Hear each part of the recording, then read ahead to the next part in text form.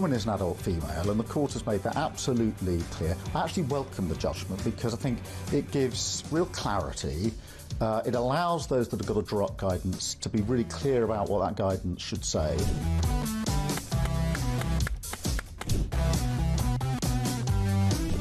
If you want to fight for Remain, vote Labour. Now, there are some who say we don't need Brexit to work. We need to reverse it. I couldn't disagree more.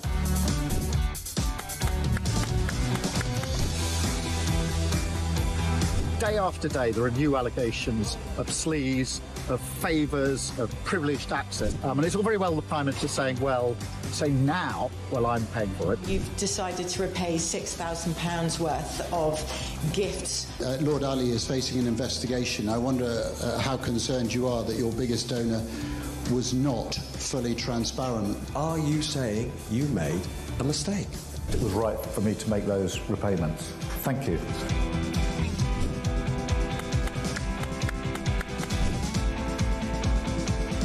Of course, I wouldn't want Donald Trump round for dinner, but don't underestimate the danger to the world if Trump is re-elected this time around. I'm anti-Trump. I would like to send my warmest congratulations to President Trump on his inauguration as the 47th President of the United States.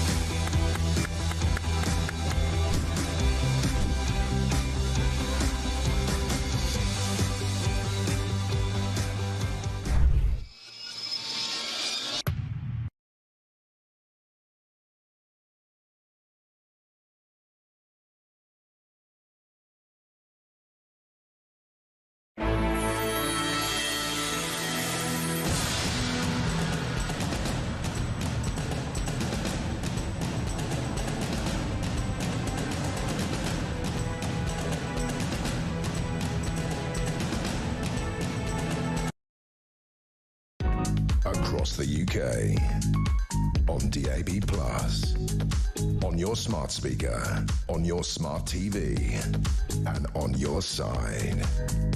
This is Talk.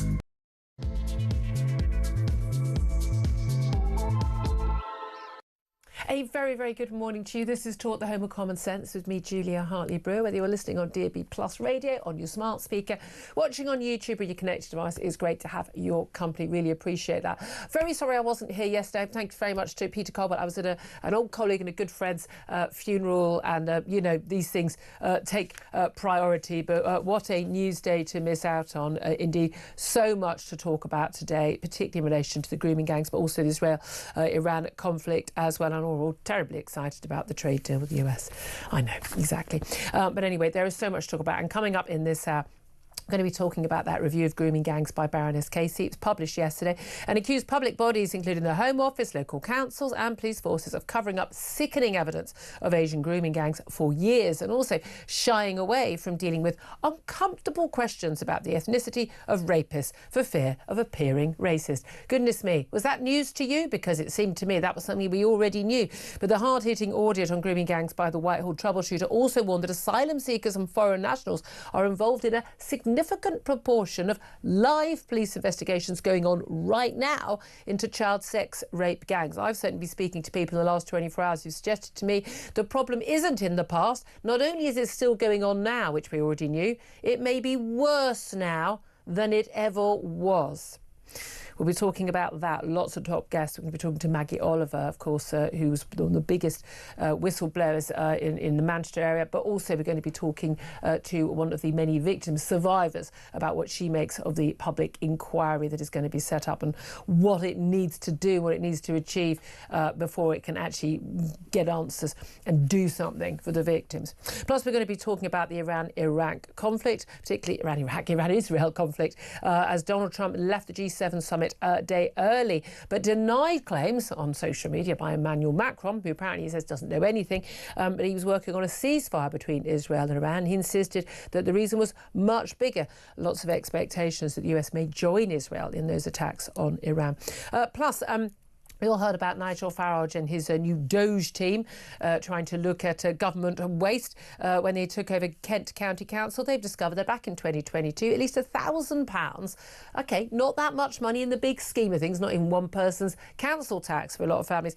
But in 2022, they spent £1,000 of Kent County Council taxpayers' hard-earned money on paying for illegal migrants to be given free TV licences at the expense of the taxpayer. I kid you not. Going to talk about that. Plenty more besides. Do stay tuned throughout the show. All the top guests, and included in those top guests is, I'm delighted to say, moved from Monday, is commentator Sam Armstrong, who joins us. I'm very confused. Not working on a Monday and you being here on a Tuesday. I don't know what day of the week it is. How are you? You've taken the day off just to get away from me. Absolutely. And then you come in. I mean, to be fair, you know, a few funerals aren't a day off, if you know what I mean. But anyway, important to give a good send-off. That's what I think. Right, look, let's talk about this report from Louise Casey. Here's my first question, because I want to put to the audience, you know, do you trust that a public inquiry will uncover the truth? Tell us why you think it will. Tell us why you think it won't. Give us a call on 0344 499 1000. You can text the word talk and your message to 87222. You can get in touch on X at talkTV. Calls are charged at the national rate. Text costs £1, standard network rate message. But my first question to you, Sam, is really, you know, I suppose that is like, you know, do you trust that now we know there is going to be a public inquiry, will it uncover the truth, given that everyone has shied away from a proper public inquiry into this? And by the way, the Tories did too. They're all as bad as each other on this front. But given that it'll be Keir Starmer who sets up, given that pretty much everywhere where it's at its worst, as far as we're aware, this grooming gang culture, it's in Labour-run local areas. That is a simple matter of fact. Do you trust that we're going to get the truth? I hope so, because we need to end what has been one of the largest, most systematic, most organised, most orchestrated cover-ups in the history of this country. I did not need a report from Baroness Casey to tell me that I wasn't a racist, or it is not racist to identify patently obvious statistical patterns that happen with a group of offending. Andrew Norfolk did not need a government... He was the Times journalist who sadly died recently. Indeed. Did not need a government inquiry in order to get to the bottom of this. In fact, in each and every step of his inquiries and anybody else that has ever attempted to look into this subject, he was confronted with an organised attempt to sweep this issue as far under the carpet as it possibly could be. And the result has been that thousands upon thousands upon thousands of young, I don't like the word, but vulnerable girls with complex needs. Two-thirds were in social care. There's a giveaway. People in care, that really people that need the most help society can give, who were instead turned over to gangs of animals that abused them in the most appalling way for decades, with impunity, covered up by councils, by policemen, by politicians, often in the Labour Party, but not exclusively.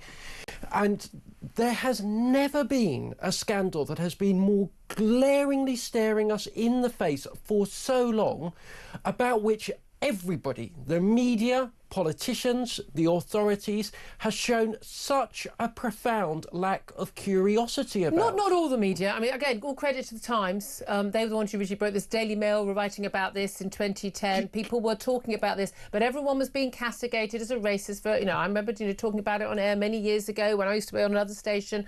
Now, at the time, the ethnicity issue, and one of the things that I like about Dame Louise Casey, I'm sure our politics don't align, you know, on paper, but actually she's been absolutely solid on everything. Every time she's been brought in as a troubleshooter by actually governments of different hues over the years, can you get to the bottom of this? She goes in, she meets the right people, she talks, she's just a no-nonsense, cut through the BS kind of person and gets to the bottom of it. And as she points out repeatedly in this report, you know, it's not racist to seek out information on ethnicity if you think it might be a relevant factor, and then to talk about it if it is. And the evidence seems conclusive. By the way, what is amazing is that, you know, 2/3 of these cases, they don't record the ethnicity of either the perpetrator or the victim. You sign up to get a library card or your local jobs. Your ethnicity is recorded constantly in every survey, in every official document, but miraculously the police and the social workers don't record it as just simply as a matter of a description of someone. Was someone male or female? Were they white or brown or black? Or these are basic things. But here's the thing that really gets me on this, is that suddenly we've got a government, suddenly we've got Yvette Cooper, the Home Secretary, and others saying, yes, there will be a grooming inquiry, a public inquiry. Yes, it's needed. Yes, we're going to apologise to victims. Yes, there is an issue with ethnicity that was covered up. And basically, and again, these aren't the only people who were committing crimes of this particular type of organised child sex abuse, this modus operandi of grooming gangs. 100% we know that the vast majority of those carrying this out were not Asian men. They were largely of Pakistani background. We now know a number of them are, not even British born here. Yeah. We now know in this, some are even doing it now, are asylum seekers and foreign nationals. Why the hell they are in this country? You've got to ask that. And I think that's going to be a big, long debate to come. But there's sudden about turn from the government when only weeks ago, Tim Montgomery, now of Reform, was on, a BBC show, and a Tory, sorry, a Labour replies to him, and he says, well, let's talk about the grooming gangs, and that dog whistle, that racist dog whistle. The Prime Minister himself talking about the Tories jumping on a far right race, basis bandwagon for saying there should be a national public inquiry. Suddenly it's all changed, but there is nothing in this report that I didn't already know. Now, she spells it out brilliantly, and I think she's done a fantastic job, but anyone who had been paying attention to this topic, and you'd like to think that the former Director of Public Prosecutions, the now Prime Minister, and the former Shadow Home Secretary and former head of the Home Affairs Select Committee and now Home Secretary might have been among the people paying attention to this over the years. There's no way in the world, if they read more than 4 sodding paragraphs of any news article on this issue, that they wouldn't know these facts. So what's changed? Why is it absolutely vital and important to have a public national inquiry now, but 3 days ago, if you wanted that, you were jumping on a far-right bandwagon? What's changed? Well, Julia, let's be very, very clear. Actually, the data on the ethnicity of these offenders was collected by the police forces. Anybody knows that a police force, when they're chasing down the street after a suspect, they will describe a suspect. IC1, IC3. Exactly. Yeah. This data was collected. What it was not was collated and analysed, because too many people knew the consequences of collating, analysing, publishing this data, which is there would be a massive collapse in public support and consent. For the cover-up, for the acceptance of the broken system of multiculturalism we have in this country. Maybe it's not a good idea to import people from a culture where child sexual abuse isn't considered to be a bad thing. But Julia, maybe let's throw that out there as a mind-blowing idea. They have attempted everything. Even today, I opened up a copy. It was my own stupid mistake, but I opened up a copy of The Guardian to see a piece by Polly. Was that by accident? Were you trying to wrap some fish and chips? What were you doing? To see a piece by Polly Toynbee, a columnist of many, many years' experience. Who's called me far right, by the way. Arguing, even today, even in light of the Casey review, that there is not a disproportionate number of Pakistani men represented in this type of offending. These people are rape gang deniers. I'm going to take their language and use it back at them. They are rape gang deniers. We saw BBC journalists angrily arguing with guests who attempted to point out the basic realities of this offending on Newsnight a few weeks ago, saying there is no evidence that Pakistani men are overrepresented. This data was here. Everybody knew it was here. They tried hiding it. They tried not putting it together. They tried denying it. They tried every trick in the book to keep and they've this used this argument in recent reports about the vast majority of child sexual abuse in this country are white men. Well, of course they are. We're a vastly majority white population, and the vast majority are the abusers are men. Of course that's the case. However, when people are overrepresented in the statistics, so and Louise Casey goes into this when they look at some of these key places where they're looking at, like they're saying, in Rotherham, nearly 2/3 of those who were recorded as who were gangs of men who were abusive were of mainly Pakistani heritage, despite the fact that only 4% of the town's population were of Pakistani ethnicity. They were being overrepresented for the number of people in the towns, and this is the case across everywhere where they know where the ethnicity. The fact that in 2/3 of cases they don't record it, I think that tells you exactly what's going on. I mean, come on. But this is the key thing. When we used to discuss this, I mean, God, I'm taking way back in the early 2010s, discussing this on the radio and writing about it. The issue for me was like, well, is it an overrepresentation by men of this background, or is it the fact that because it was men of this background, because it was Asian, Pakistani, Muslim men, and because of the sort of the white guilt, hand-wringing, bleeding heart, liberal, multicultural, citizen of nowhere views of those people running Labour councils, moving to the top of the police, in social services and others, that what you couldn't do when you'd spotted this, because how could they not have noticed this? Oh, come on, it was under their noses. That you couldn't tackle it, because then that would give, and Louise Casey notes this, that would give succour to the racists. Okay, but it's not racist to say I don't think we should have people here who are doing this. But I think one of the other crucial things is, and I've discussed this with Maggie Oliver's on the show a bit later, and I've discussed this with her so many times, it still blows my mind, that whatever your concerns about, multicultural community cohesion and all that nonsense, why did they think that ordinary men and women of Pakistani heritage living in Rochdale or wherever, why did they think that they would not want men from their community who were child abusers to be prosecuted? Surely that would be in their interest too. Do you think these people aren't abusing their own children as well? Really? I mean, there has been, let's be honest, a deafening silence from these so-called Pakistani community leaders and Asian community leaders and Muslim community leaders in this country over this issue. Now, I'm of half Irish Catholic stock. I don't think that I should have to speak up because the IRA have done something. It's not my responsibility. I don't think Jews are responsible for what happens in Israel. The Muslims are responsible for Islamist terrorist act. That's nonsense. However, if you're professing to be a community leader and you don't think that this is an issue you should be speaking on, I think that's a bit strange, because surely you should be saying, we want the local councils, we want the police, we want the social work, we want them to be dealing with this, because these men are a disgrace to our community, a disgrace to our ethnicity, a disgrace to local people. We want them out. We haven't heard any of that. Why not? Julia, what these people did, the policemen, the social workers, the council officials, it was not an accident. No. It wasn't motivated just by a do-gooder sense. They found girls turned out onto the streets in the early hours of the morning, having been passed around like pieces of meat by groups of Pakistani men who had taken turns to rape them, one after another after another. And what did the police do? They arrested the girl. Yep. They hauled her into a police station and they punished her.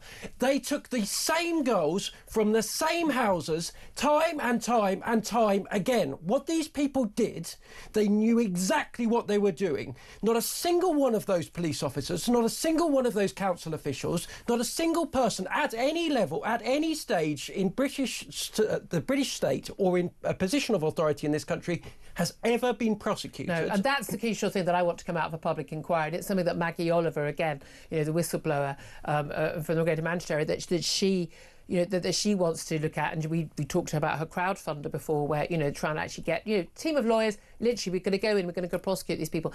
We know all this. What we need to know, we know what happened in terms of the girls. And again, you mentioned the number with girls. I mean, it's extraordinary. 4,000 police cautions were issued between 89 and 95 to children between the ages of 10 and 18 for offences relating to prostitution. A 10-year-old can't be a prostitute. A 10-year-old is the victim of rape. It's not possible to legally have sex consensually with a 10-year-old or a 15-year-old. It's rape. And the fact that was on the statute books until 2015, I still find mind-blowing. We've had a father, haven't we? He was arrested and charged after he basically just tried to get into a house to rescue his daughter from being gang raped. The stories are all so horrendous. They are just like, you want to put your head in the sand just to not know about it, but you need to know about it to do something about it.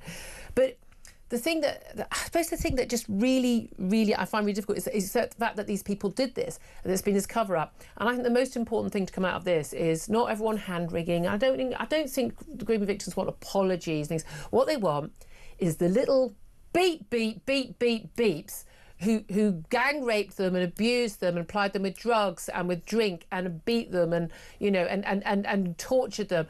And sold them around, you know, to every Tom, Dick and Harry, you know, in the country, that they should be behind bars, and that the people who covered it up should also be behind bars. I want, quite seriously, hundreds, possibly even thousands of police officers, social workers, counsellors, others to be categorized. I want them prosecuted, and I want them behind bars, because what they did in lots of ways to me was almost worse than what the rapists did, because they must have known what they were doing was wrong. And we know that the people who knew it was wrong didn't carry on doing it. Maggie Oliver and the other whistleblowers who went, I cannot stand by while we're allowing this to happen and the police won't act. I'm going to leave my job so I can speak freely about this. So some people did do the right thing. We need everyone to do the right thing. If you're working in the police or as a social worker or in care home or you know, a doctor, if a 13-year-old gets brought in by a guy who's twice her age, who's clearly not her dad because he's a different ethnicity, and she's not calling him dad, and she's pregnant and she's got bruises all over her and is clearly a victim of drugs, and you don't go straight to the police, I'm sorry, you should be prosecuted. But as simple as that for me. But Julia, I mean, we come to this today with this belated recognition because a baroness who's a very impressive woman, but an educated, articulate woman, has written a report and come to this conclusion. But for years, working class girls from tough situations had tried to tell this story for years. Yeah. They had said all of these stories were known. Everything, every tale had been told. Police, they went to social workers. They went to, yeah. And because of their class, because they were working class, because they were from towns, because they were of their ethnicity, and because people in middle class jobs didn't want to hear a certain kind of story, they were ignored. Yeah. Never again can we allow thousands upon thousands of girls to be ignored, to be abused, to be mistreated purely because of the colour of their skin and the accents of their voice. Yeah. That is what has happened. We talk endlessly in this country about the problem, but nonetheless relatively small problem, residual problem of racism in this country. Yeah. This was institutional racism, institutional classism, all targeted and directed at the white working class in this country. These stories were known, these tales were blaringly obvious to everyone. They were staring us in the face. But because they were white, because they were working class, they were just ignored. Yeah. Never again. Absolutely. Well, you say never again. It's happening right now. And I'm told by people who know damn sight better than me that they think the problem's worse now than it ever was. That's where we are. I'd love to hear from you. Please get in touch. 0344 499 1000. That's 0344 499 1000. Lots of text messages, lots of tweets. But do get in touch on the phones. In particular, do you trust that a public inquiry will uncover the truth? Tell us why you think it will. Tell us why you think it won't. What needs to be done? Get in touch now. We'll get you on air. 0344 499 1000. This is Talk.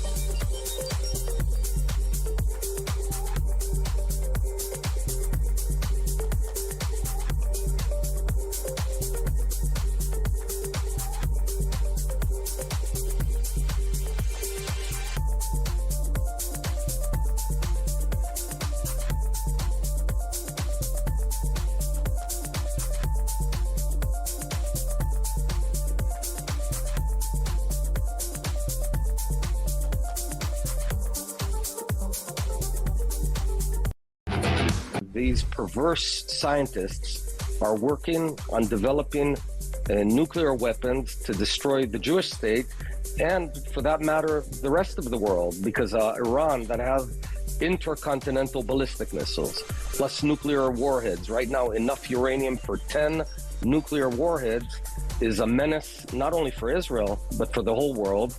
And I think Israel's doing the very thankless job of fighting Iran on this.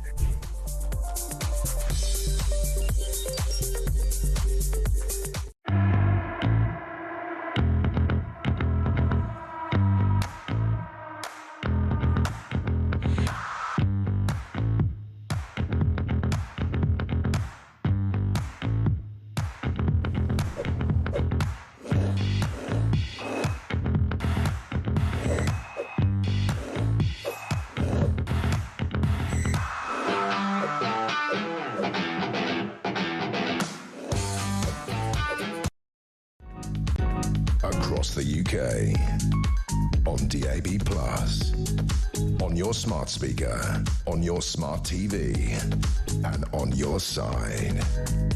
This is Talk. Good morning, welcome back to the show. 10:26 is the time. I'm Julia Hartley-Brewer. Sam Armstrong's still with us as well.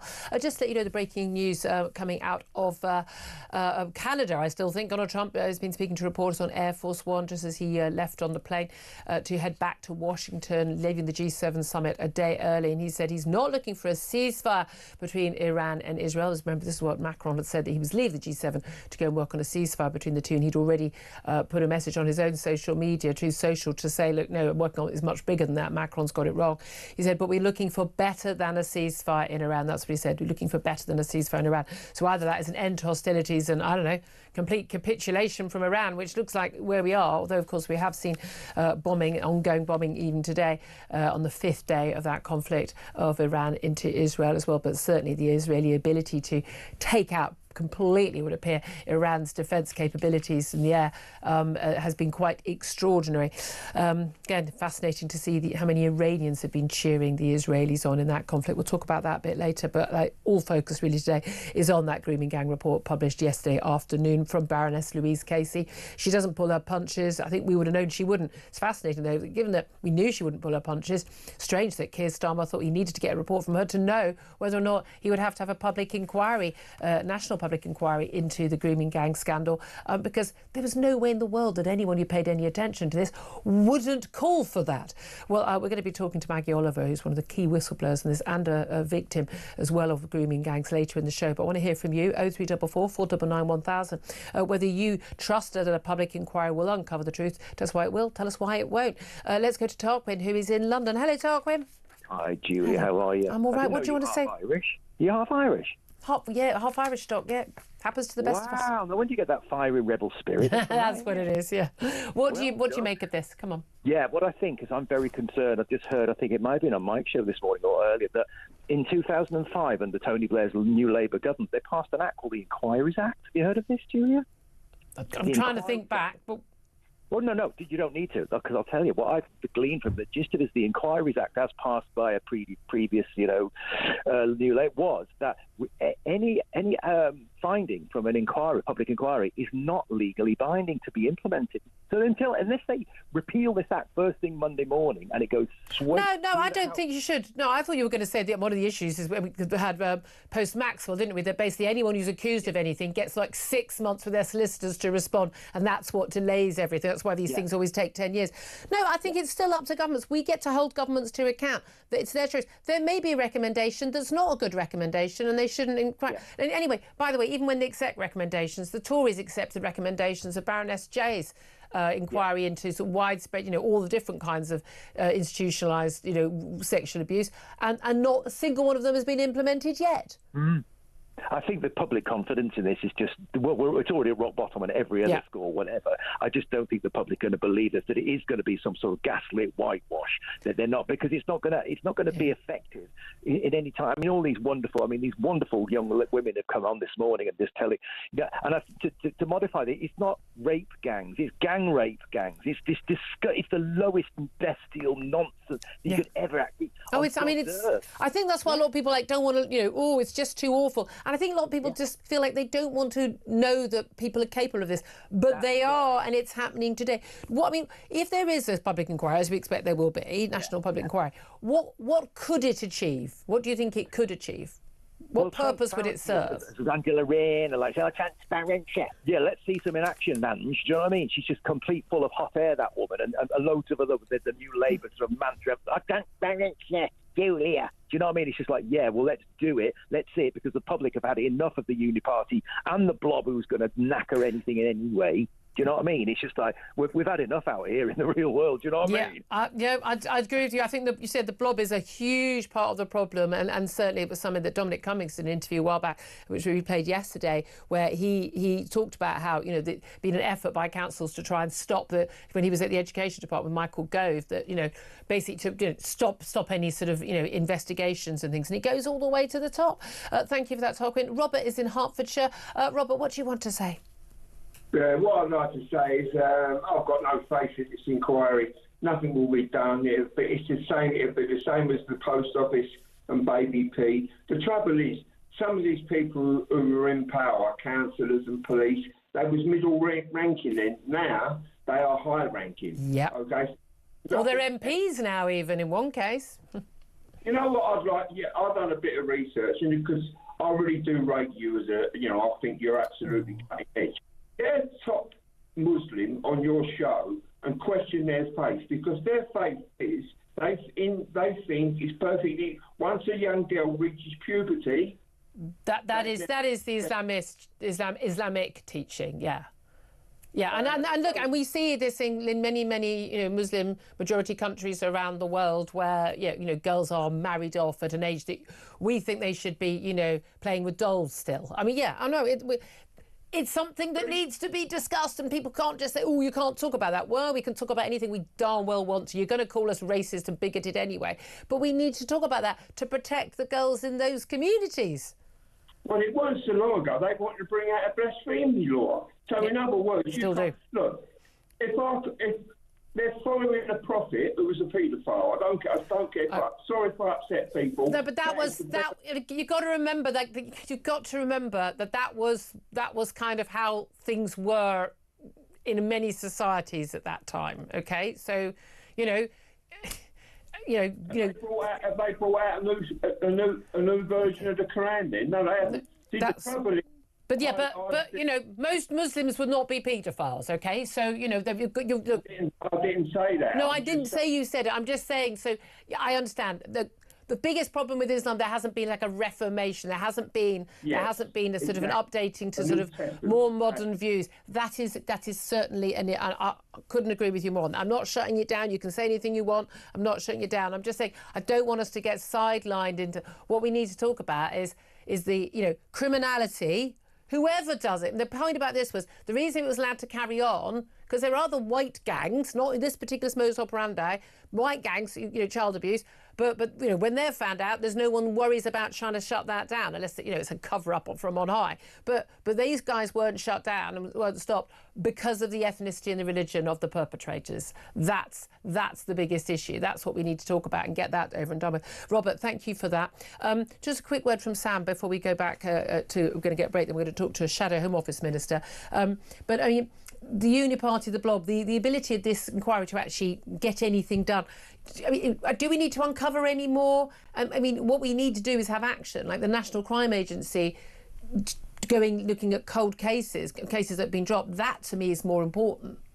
Well, I frankly don't care what body is responsible for getting to the bottom of what happened. But I do think we do need more answers. I do think that it's not just about let's take action, let's institute new codes and systems for care homes and the way they operate in the Northwest. People did evil things and they went unpunished. People in authority did evil things in not tackling what happened, and they have been allowed to continue to grow in their career, to go on. Some of them will now be running councils. Some of them will be running police forces. I want each of those people identified. I want them kicking out of public life, and I never want to see or hear from them again. Well, apart from when they go to prison, when I do want to see and hear that. 10:35 is the time. I want to hear from you. 0344 499 1000 is the number to call. Up next, Shadow Home Office Minister Matt Vickers MP. By the way, if you don't want to miss anything on the show, you can always take a look at our YouTube page for the show. It's called, this is coming, The Julia Hartley-Brewer Show. And if you hit on subscribe, you will never miss a thing. This is Talk.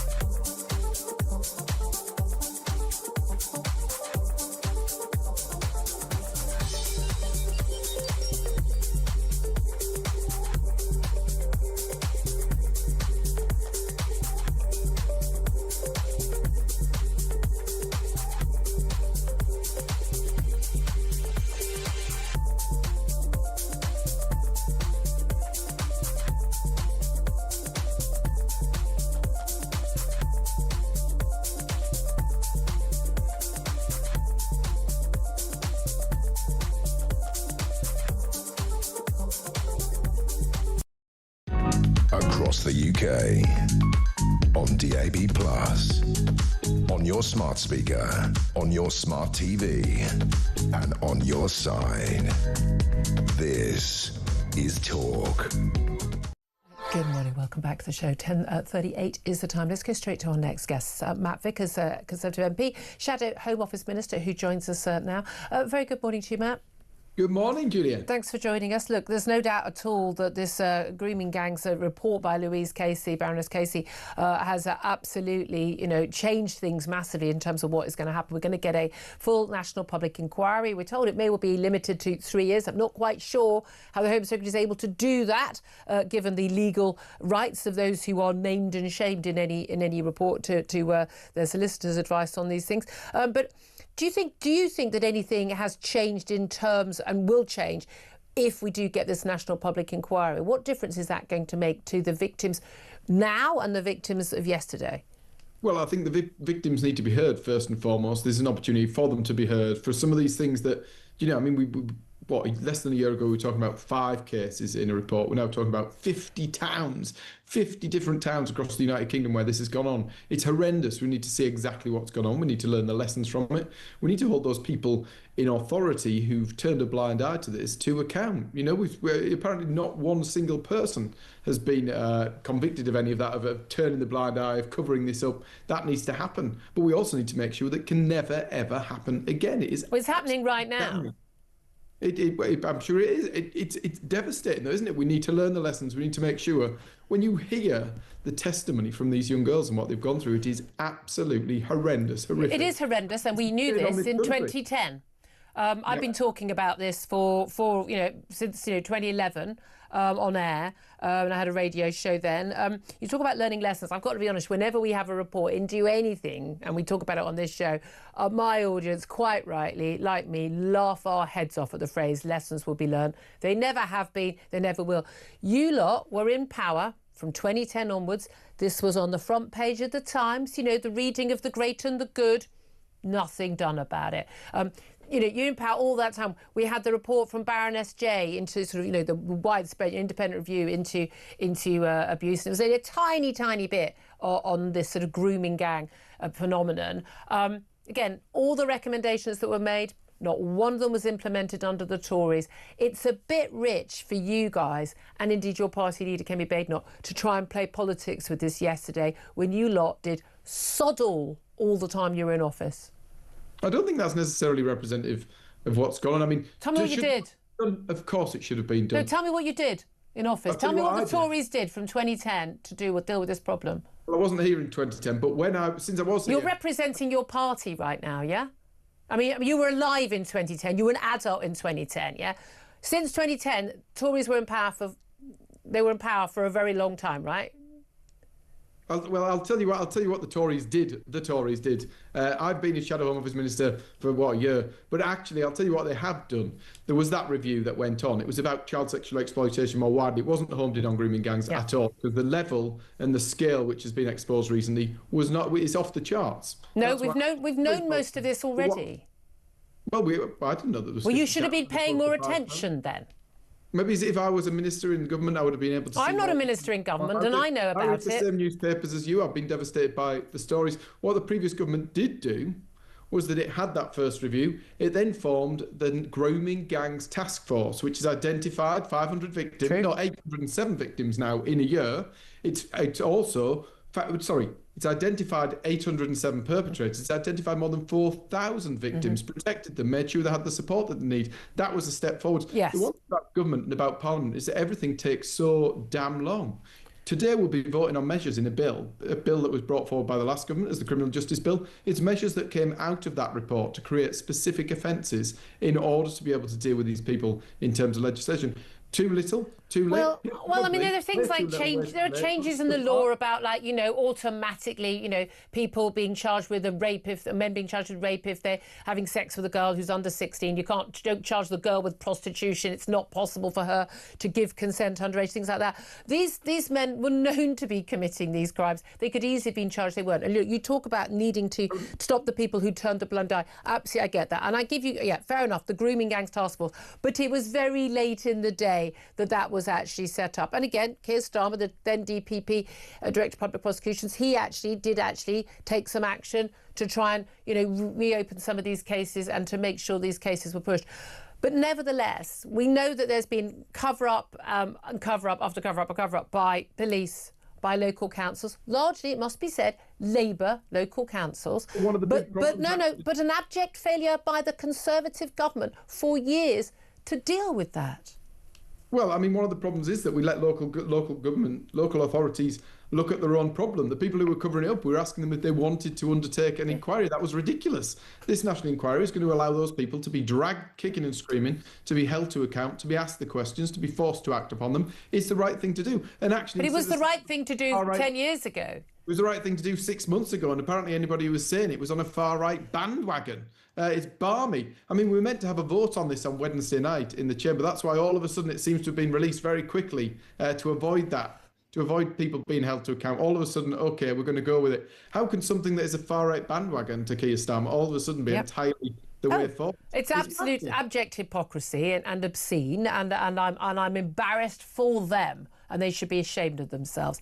However, this happened under your party's watch for a long time. It's a bit rich, isn't it, for your party leader to be pointing the finger at Labour when you lot were in power for the 14 years that this was known about? Do you know what I think? Of course there should be more done. Of course there should be more done. Grooming Gangs Task Force was the first stage. There should be a hell of a lot more done. That review that concluded in 2022, it resulted in that Grooming Gangs Task Force. It's resulted in some of the legislation that was seen brought forward today, and it was progress. It was moving forward. I can't account for what happened 10 years ago. I wasn't here. Well, you're here now. You're here now, and you're a Shadow Home Office Minister. How bad is the cover-up? Because one of the items in Lewis Coaster's report is the idea this goes all the way up to the Home Office, that this is an issue that goes, all the way to the very top. And Dominic Cummings has suggested this has gone all the way to the very top when he was at the Education Department as a special advisor to Michael Gove. Well, we've heard examples of police officers who were whistleblowers who've come out, who've told us the story of what they've seen, of what was said to them, of what should have been covered up. We heard Simon Danchuk telling us that the Labour Chief Whip was telling him not to mention the ethnicity of these people. That is actually one of the fundamental problems with this. People terrified to stand up and say something because they're terrified of being called a racist. failing in their duty because of it. But actually, how have we got to such a ridiculous situation where they're so scared to call out something that is clearly wrong? It's ridiculous. It's madness. Hopefully, we're saying reports don't do anything, but actually, this report by Baroness Casey has forced Labour's Prime Minister to turn on this. Instead of denying the need for an inquiry, for a national inquiry, we've got him on the hook. He's actually going to do it. It's now about the detail of that inquiry, making sure it has teeth, making sure it actually is independent, and making sure it's going to ask the right questions. Well, this is the thing. Here's the question. He didn't think it was right to do it until, yesterday. Miraculously, Number 10 are still not rowing back on those comments about, far-right bandwagon, Tories, accused of jumping on that by calling for the public inquiry. Given that we know that this is happening in 50 towns and cities across the country, largely Labour-run towns and cities, it has been discovered so far, where large ethnic minority populations are there. Now, realistically, is the Prime Minister going to appoint somebody and carry out an inquiry that's going to report? We're told by Yvette Cooper in the Commons yesterday, maybe in 3 years' time. So just before a general election, they're going to have an inquiry that tells us there's massive cover-up going on by Labour politicians in Labour-run towns year before the election. Do you seriously think that's going to happen?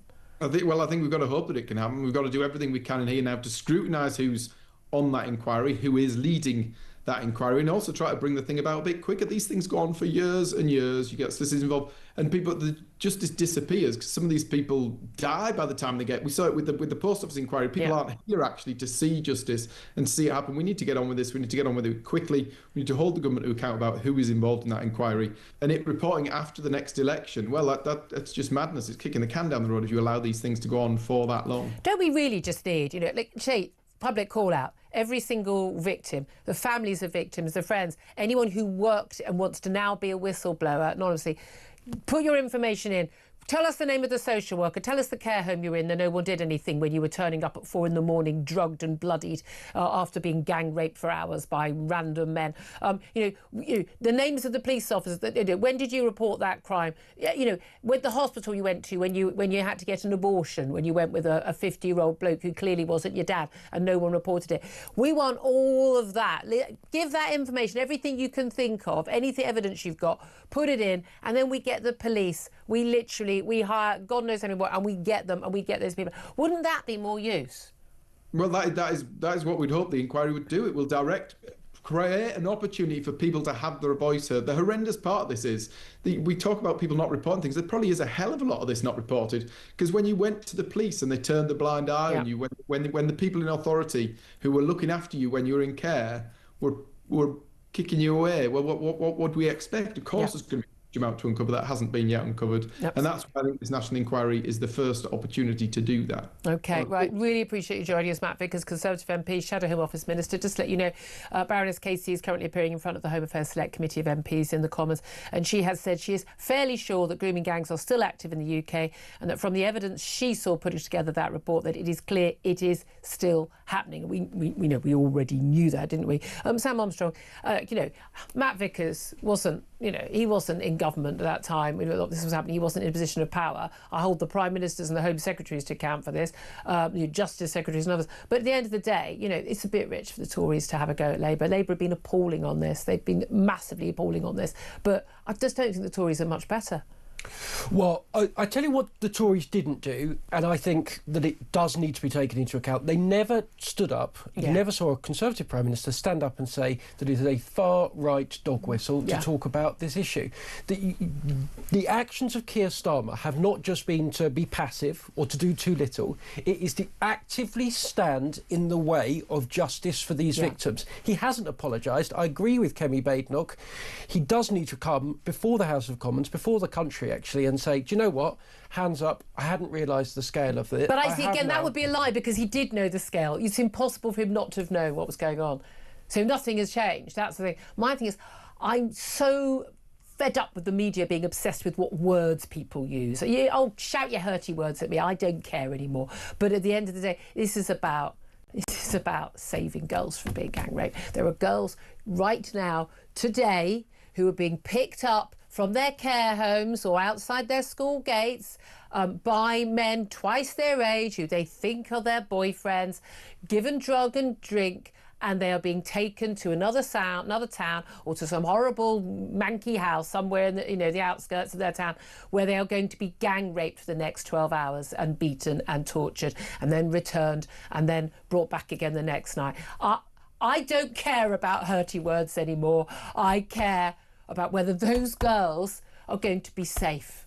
That's all I care about. I want to hear from you. Give me a call, 0344 499 1000. This is Talk, the home of common sense.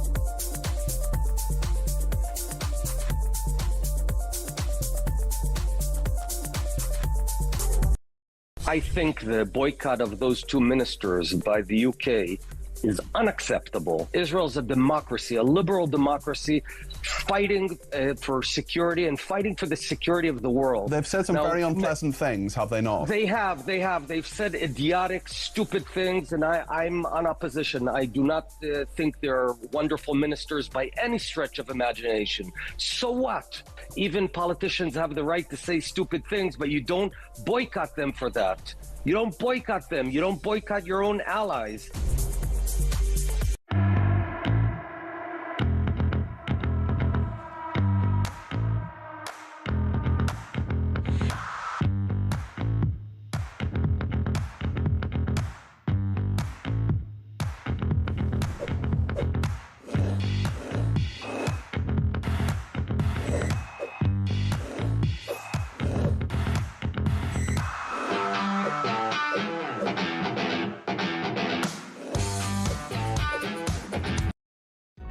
Across the UK, on DAB+, on your smart speaker, on your smart TV, and on your side.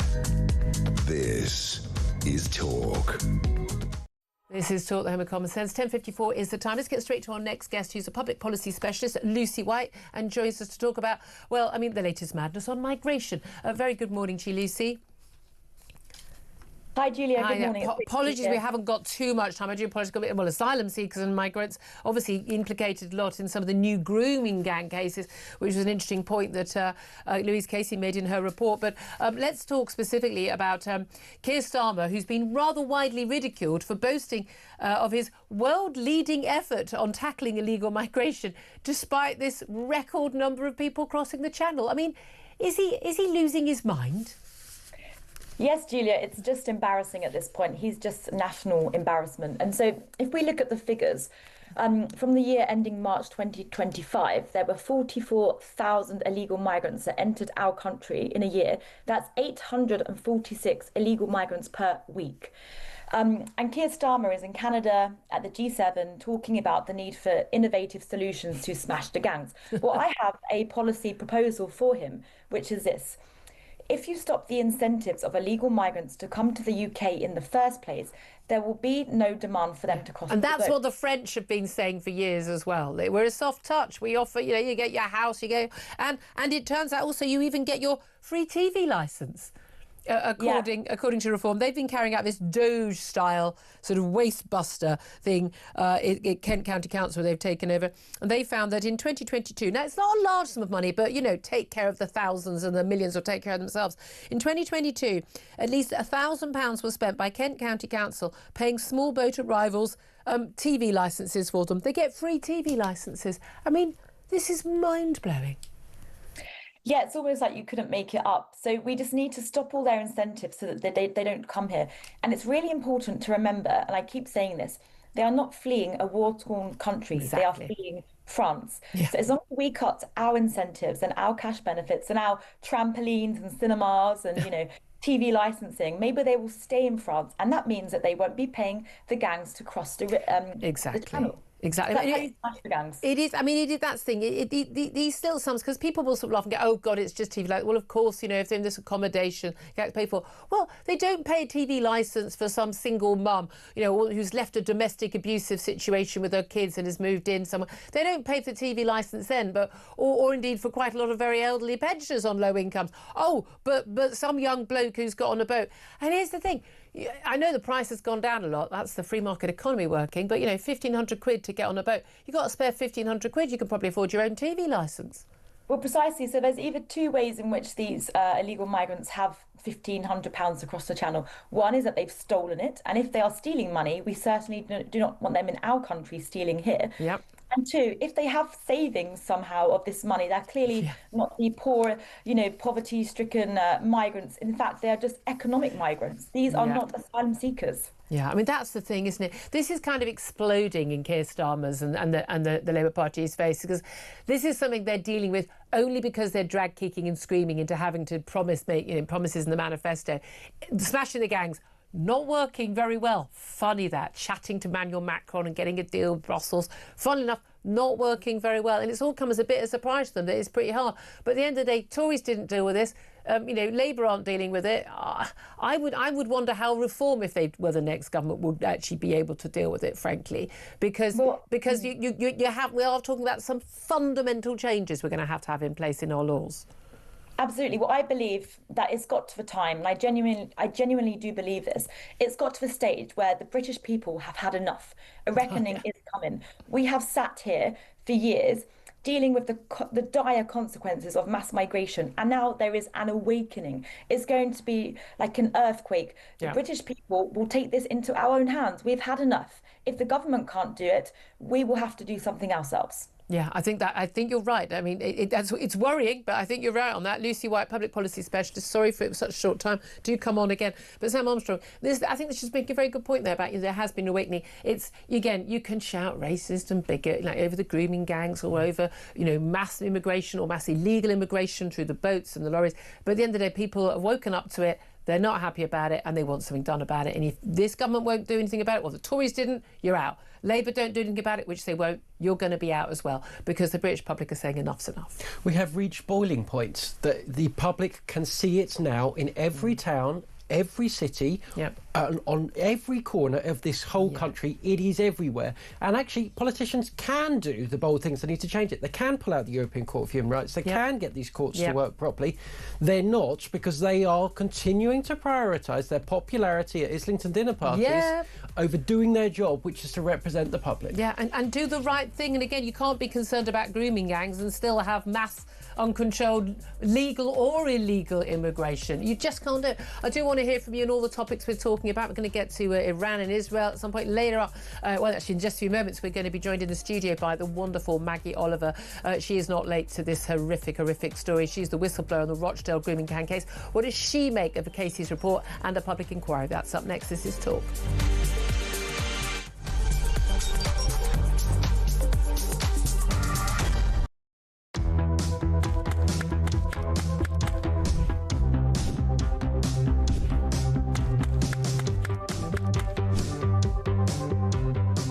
is it transphobic to say only women have a cervix? Well, it is something that shouldn't be said. It is not right. A woman is an adult female, and the court has made that absolutely clear. I actually welcome the judgment because I think it gives real clarity. It allows those that have got to draw up guidance to be really clear about what that guidance should say.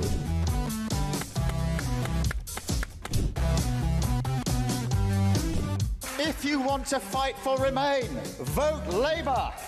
Now, there are some who say we don't need Brexit to work. We need to reverse it.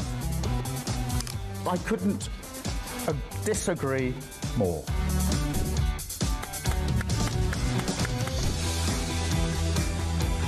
Day after day, there are new allegations of sleaze, of favours, of privileged access. And it's all very well the Prime Minister saying, well, say now, well, I'm paying for it. You've decided to repay £6,000 worth of gifts. Lord Ali is facing an investigation. I wonder how concerned you are that your biggest donor was not fully transparent. Are you saying you made a mistake? It was right for me to make those repayments. Thank you.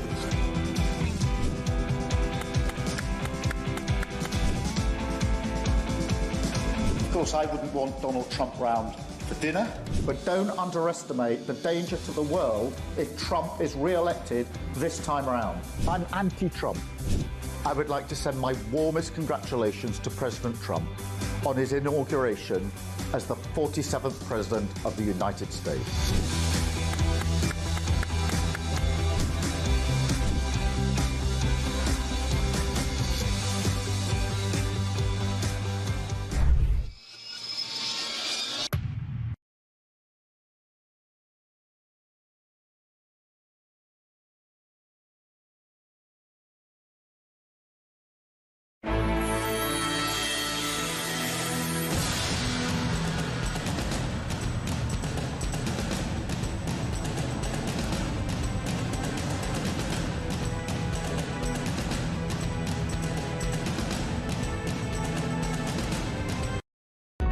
Across the UK, on DAB+, on your smart speaker, on your smart TV, and on your side. This is Talk.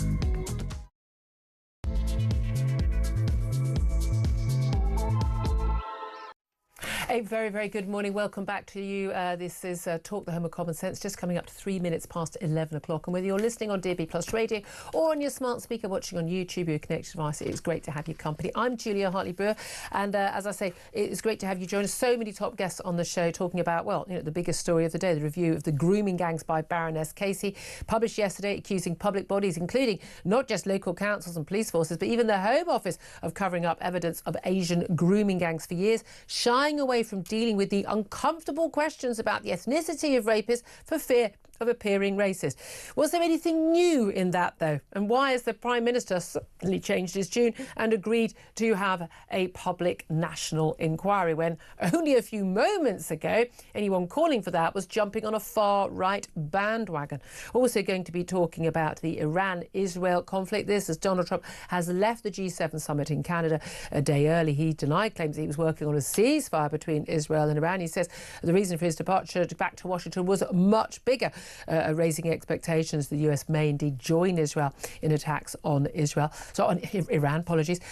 Also, the Labour Mayor of London, Sadiq Khan, is going to go ahead with plans to pedestrianise a significant chunk of world-famous Oxford Street in a bid to rejuvenate the area. I think that cause is already long lost, Sadiq, but Sir Sadiq to you and me, but there we are. But of course, the only real story in town right now, and should be the only real story in town, frankly, for the last 25 years probably, or certainly the last 15 years, is the grooming gangs report from Dame Louise Casey. She is someone who, frankly, is somebody who's no nonsense. She doesn't do mealy mouth. Anytime Baroness Casey is put onto any sort of report, she doesn't pull her punches. She tells it like it is. So in a way, it was a bit of a surprise that Sir Keir Starmer thought it was a good idea to put Louise Casey in charge of an audit of where we're with grooming gangs, because nobody could possibly look into what has happened over the last 15 plus years and not conclude that there needed to be a national public inquiry. But what will that achieve?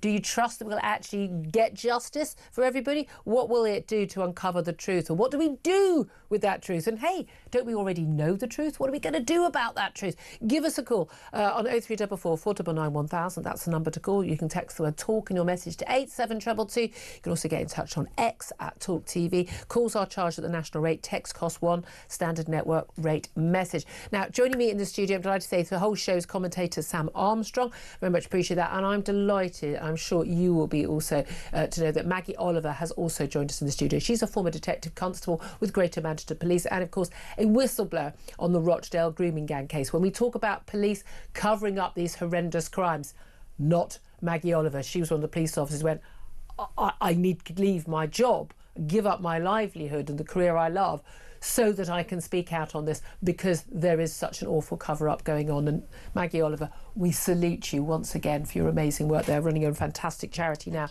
helping us, and lots of other things, all about helping the victims of this. Just let's get back to brass tacks here. Louise Casey put in charge of this audit. Hard-hitting, straight-talking. Was there anything in that 200-page report that you didn't already know? Good morning, Julia. Absolutely nothing. And virtually everything in there, a lot of it I put in an actual report to the Home Office back in 2013, including we need to record the ethnicity and the culture and the religion of these rapists. Why was that so important? Because that's what underpins this gross criminal neglect that the country has witnessed for decades. You know, tiptoeing around the sensitivities around the perpetrators, but also, Julia, around the fact that most of the children who have been subject to this abuse are from difficult backgrounds and nobody cares about them. Well, 2/3 were in social care, we understand. And Louise Casey actually sort of points out at one point that, look, you know, no one kind of really noticed that they went missing for days or weeks on end. You know, and it just wasn't really taken very seriously because, well, they always come back. Yeah, they come back bloodied, bruised, clearly drugged, exhausted, you know, sometimes pregnant, but hey-ho, nothing to see here. When, of course, you know, if our kids went missing for a couple of hours, we'd be onto the police. Juliet, when I joined the police, I was 41, 42 on the day I swore my oath of attestation. I've got 4 kids. So when I first started, every police officer just 2 years in uniform. And I was being sent, as a woman with 4 kids, I was sent to all the missing from homes. Yeah. I was sent to all the cases that were rapes. I could not get my head around why it was just a paper exercise when an 11 and a 12-year-old child would go missing every weekend and they'd be seen as a nuisance, and the staff in the care home would say, oh, they've gone. They'd pick the phone up, report them missing. Because they had to do that. Because they had to do it. But nobody took responsibility. And the reason was because nobody would pay to put them into secure accommodation. So I was horrified from the start. So we haven't got the budget, nothing's going to happen, no point. We'll go through the motions, we put a report in, and then the police go through the motions of pretending to care, pretending to investigate, but they don't really do anything. But we know that there were people working in care homes. We know that there were parents, because it was happening to kids, you know, from, it's awful, you know, good homes, but you know what I mean, like loving family homes where, you know, kids are sort of, you know, got groomed by these so-called, you know, boyfriend, lover boy. There's this technique they use, sort of buying them gifts, paying them attention, getting my fast car, and then it's drink, then it's drugs, then it's all, you know, then I'll have sex with you, then can you have sex with a mate, you know, and then it all spirals into horror. But we know that there were parents, and there were people, good people who worked in these care homes and social workers who were speaking up. What happened when they did that? Like me, you know, I did speak up when I was a serving police officer, and I was told, Maggie, senior officers make decisions. If you can't do as you're told, you're in the wrong job. Well, and did they tell you why? Did you say, right, okay, but this is an 11-year-old, and I'm thinking, absolutely. And you weren't suspecting? Were these 11-year-olds saying, or 13-year-olds, you know, I'm being raped? You know what, Julie? As a human being, I didn't need them to tell me. If I picked up a child in a car, a 12-year-old child with 4, 60-year-old men, and the child's drunk, I would be saying, why? you know, if you can't have those questions, you shouldn't be a police officer. But what I would say, Julia, is for me the book with this stops at the top. I know. I want to go to that. At the top. But at the time when you were saying, look, I'm a mum, I wouldn't let this happen to my kids. You wouldn't let this happen to your kids. Why are we not doing anything? I've got the license plate of the guy who was twice her age who was driving her. I've got the IDs of all the guys in the car with her. Why are we not prosecuting? What was the response, other than, don't worry your pretty little head about it, Maggie? You know what? There was just people turning a blind eye, turning away. And when did they say explicitly, we're not going to deal with this because they're Pakistani or Muslim, or were they saying, no. yeah, we'll deal with it, and then nothing happened? No. By the time I got to the point where I really saw what was going on, and I went to the Chief Constable, he just sent me away. He would never meet me. He sent me like an insulting 4-letter email. If lessons have to be learned, we'll learn them. Yeah. In other words, and then when I went public, he accused me of being too emotionally involved. How dare you get emotional about girls being raped? Yeah. What were you thinking? Yeah, a woman who'd been bereaved. He'd met me on many occasions, and I know that I've said this many times before, but that's the attitude that somebody like me would have to face. And I took the unusual step of deciding that this was so important that I was ashamed of what I was seeing, and if I didn't try my absolute best to expose this, I was as bad as them. Yeah. But the reality is that there are many people who think like I did, but they don't give up the job. We shouldn't have had to give up our job. Exactly. And Louise Casey came to me in February, and we connected from the moment we met, and then she came back to me to put together a group of survivors from all around the country. She would not have come to me if she did not want the truth. What I can't get my head around is why, after all the years that I've been banging this drum, why she was entrusted with this task, because exactly, that's exactly my thought. This is my thing. Keir Starmer knows her, okay? She's a Labour baroness. Everyone knows that she's a straight shooter, okay? Yeah. And as soon as she was put in charge, they went, oh, this is going to be a game changer. Only weeks ago, people who were talking about needing to have a national public inquiry were being told you're jumping, it's whistle, racist, whistle type to politics. The Prime Minister himself talked about Tories jumping on a far right bandwagon. Yeah. Suddenly, they do it. It's absolutely acceptable. Has anything actually changed? No. I mean, what Louise has done, she has honestly reported the issues that have led to generations of children being raped on a daily basis. Here's the thing. Is there even a scintilla of a possibility that either the Yvette Cooper, the now Home Secretary, former shadow, been involved in politics from word go for years, that the Home Secretary, the Prime Minister, who by the way, was actually the Director of Public Prosecutions. I know. Is there any possibility at all that either of those people weren't fully aware of all of this information if they've been paying the tiniest bit of attention? There is not one single doubt in my mind that they know full well and knew exactly what was going on. When I worked in Rochdale, Keir Starmer was the Director of Public Prosecutions. He is the man at the top of the CPS who authorised the man who got a 13-year-old child pregnant, where we had a fetus, where we had DNA. He authorised that man to be charged with conspiracy to commit sexual activity. Well, we know he had sex with her, and if it's 13-year-old, it's statutory rape. Well, it's under the law. It actually technically isn't if you're over 12, but no, up to 12 there is no argument. Yeah. My understanding is that now we are going to be looking at making it statutory rape, possibly up to 16. Yeah. But you're never going to get more evidence than we had on that case. He was Director of Public Prosecutions. It wasn't a he said, she said. Nope, he was there. So you talked about this going all the way up. So it's not just even all the way up just to Chief Constables. We also know there's an issue with local council leaders and local councillors. Yeah. There have been cases where some of the people who've been implicated in these actual grooming gang rape crimes, who working for the local council.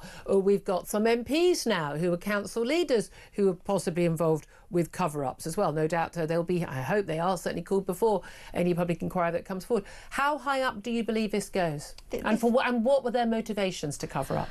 I think that the motivations are they didn't want to rock the multicultural boat, and these children don't matter. And there's probably men... So it was kind of white working class girls don't matter. Yes. But also we need to... This idea about community cohesion. Look, you worked in these areas as a police officer. Yeah. Were local Muslims, local Pakistani women, men, community leaders, were they not equally horrified? I don't believe for a moment they would not be equally horrified by these awful crimes. Well, or was that an issue that actually that was part of the cover-up? I'm going to say something now that probably will be a little bit controversial. When I was in Greater Manchester Police, any cases like this were being assessed by what were called IAGs, independent advisory groups. Mm-hmm. And people in those groups were members of the Muslim community, and they were advising the police forces which cases to prosecute and which not. Why? Because Why? they didn't want to cause racial... they didn't want to disturb racial cohesion. But right from day one, I have always said any child abuser is equal. The law is equal, and we charge them with rape. But with this particular kind of crime, they have not done that because I don't believe they wanted to uncover that hot potato. But and the idea, Louise Casey mentions in the report, she says, this concern that this would give ammunition to racists. It's like, she says, look, the racists are going to be racist anyway. This is something, the point... I mean, I've said in my book even, Julia, that by pushing this conversation underground, they actually have allowed the far-right racists to hijack the conversation when it should be about child protection. Yes. It should not be about, we can't do that. And the actual truth is, as we see unprecedented numbers of immigration and immigrants coming in who do not share our values, it's going to get worse. Just one more thing, sorry. The other thing is that in the foundation, the Maggie Oliver Foundation, and in my work, there are women within that community who are treated as second-class citizens. Yeah. I think we have a duty to fight their corner. 100%. Women's rights, if they're living in the UK, they shouldn't be hiding behind a front door. But and everything then becomes, well, it's a religious or a cultural difference. But there shouldn't that shouldn't be that. If you want to live here, that's not the deal. And some of those women come to the foundation because they have nowhere within that community to go. Yeah. So once you start to grasp the nettle, you do so much good for other women. Yeah. But for those who are tied into the whole, no borders, multiculturalism thing, they can't deal with this. They have to put their blinkers on, because once they see it, they can't unsee it, and then that's why they shout racist and far right at anyone who comes this. Because this is the thing that we've had these claims again and again. The vast majority of people who commit sexual abuse of children in this country are white. Well, of course they are. It's a white majority country, but in the particular towns and cities where it's been exposed, and there's only a handful of them compared to the 50 we believe it's happening in, is the predominance in this particular modus operandi of grooming and rape gangs, and there's actually the selling and selling of these girls around like they were pieces of meat, is quite clearly, and it's not Asian, it's Muslim Pakistani men, largely from ethnic origin and particularly from a particular part of Pakistan where they have, in my view, medieval views about women and about children. Yeah. And we've imported that. And we know we've had mass immigration from that part of the world since this was first exposed. Many people in this field are saying it's not only that the problem has not been resolved and it's not a historical issue, it's happening now, but that it may be worse now than it was 15 years ago. What do you say to that? It's different. The grooming methods are different. That's moved online. But they get them online, but then they get them in real life. I'll tell you one case that we've dealt with in the foundation. But the issue is that I highlighted back in 2013 to the Home Office Select Committee is that nobody wants to collect the data. How can you have a meaningful conversation or understanding if there is a deliberate attempt to muddy the waters? And two-thirds of cases they didn't have their identity. They never do, and all the why wouldn't you? You sign up for a library card at the local council, you have to give your ethnicity. Yeah, they will not. They just didn't want to, and every police force has a different method of collecting, so it's useless information, and that's why we keep going around the same rabbit hole about, but most abuse in this country is by white men living in the home. Yes, I know it is. But in this particular kind of crime, it is predominantly Muslim men. We can mostly tackle Pakistan. both. We should be tackling both. It shouldn't matter. Tell me about this one individual case. Well, we in the foundation we had a case where a granddad came to us, and his little girl was 11, and had been groomed on her phone. 11. And they kept hearing the phone beeping, took the phone away from the little girl, and when they looked at it, there was all these messages, indecent photographs from this little girl. But when they read through the messages, they pretended to be a boyfriend. Yeah. Then they're blackmailing her to go and meet them, and if she doesn't, we're going to share it with your family, with your school friends. The granddad saw this, called the police. Police went round, and you know what they did, Julia? They walked into that house, up to the little girl, said to Granddad and Dad, "We don't want to speak to you, we want to speak to her." Went over and said to her, "Don't say anything. I want to tell you that by sending those photographs online, you are guilty of criminal offences. But delete it all and we won't do anything." Well, Grandad came to the foundation, but behind that one person was a gang of men in other countries. They were trying to coerce that little girl to meet somebody. Then they would have raped her and passed her on, and the recruitment, the grooming, came from out of the country, so the police actually couldn't do anything about it. But the reality is that that's how things have progressed. So you act... How sophisticated, isn't it good? They're using technology. I'm sure the government would be proud. And the police are not up to the standards of technology. Every single one of those police officers needs to be sacked on the spot. And I agree. And that's why I shout about it, because actually you don't have to be a police officer to know that an 11-year-old child is not a criminal. They are a terrified child. And we had 4,000 under 18-year-olds who've been prosecuted for prostitution and other crimes when they were clearly victims. And you can't be a child prostitute. It's not a thing. No. You're a victim of rape. But I see that every day, Julia, in my work in the foundation. So these are not historical cases. No. It's now, and that's what kind of fires me, because the human consequences of the gross criminal neglect of those at the top is shameful. It is unforgivable, and they should be in prison. And yet we're having another national inquiry. Who will lead it? That's crucial. What are the terms of reference? How long is it going to take? I was involved in the independent inquiry into child sexual abuse, the other public inquiry, by Alexis J. 7 years, hundreds of millions of pounds, 20 recommendations sitting on a shelf, still not in. So yesterday the government got a pre-action protocol letter from our legal team, my legal team, saying that we are taking the government to a judicial review to implement them. That's a first step. They said they were going to do it. They didn't. Well, the Tories said they'd do it. They haven't done it. Labour have said they'd do it. They haven't done it. Well, we served papers in January. Brilliant. And they had to. They had to publish a timeline, and in that timeline they haven't committed to implement any, even things, Julia, like pain compliance against children. They won't criminalise, or they won't outlaw that. No Minister for Children in the Cabinet. No mandatory recording of ethnicity. All these things that took 7 years. The grooming gang strand was a whitewash. Yeah, it was 5 days. You didn't get to give evidence. None of the women who'd been abused. So my question is, what will be different about this one? This is a PR exercise right now. That's the key thing. And also a report, Yvette Cooper was talking about it being reporting in 3 years' time. Well, that's just for a general election. What you're going to have a report that basically says, and as we know, a lot of Labour-run councils are implicated. The Labour-run councils, by the way, now a lot of those Labour leaders, now MPs. Yeah. And you're going to have that damning report, really? Yeah. That's the thing. Also, again, another report to tell us what we already know. I don't need a report, Julia. I mean, I know victims and survivors want this inquiry. They're not where I am. I put all those years of my life trusting Alexis J. For what? This can go ahead. I'm not stopping the work that we do in the foundation. But your foundation, you've been doing a crowdfunder. We spoke about it on the show before. You getting money. Seriously, I'll retweet it again. Yeah. This is a really worthwhile cause.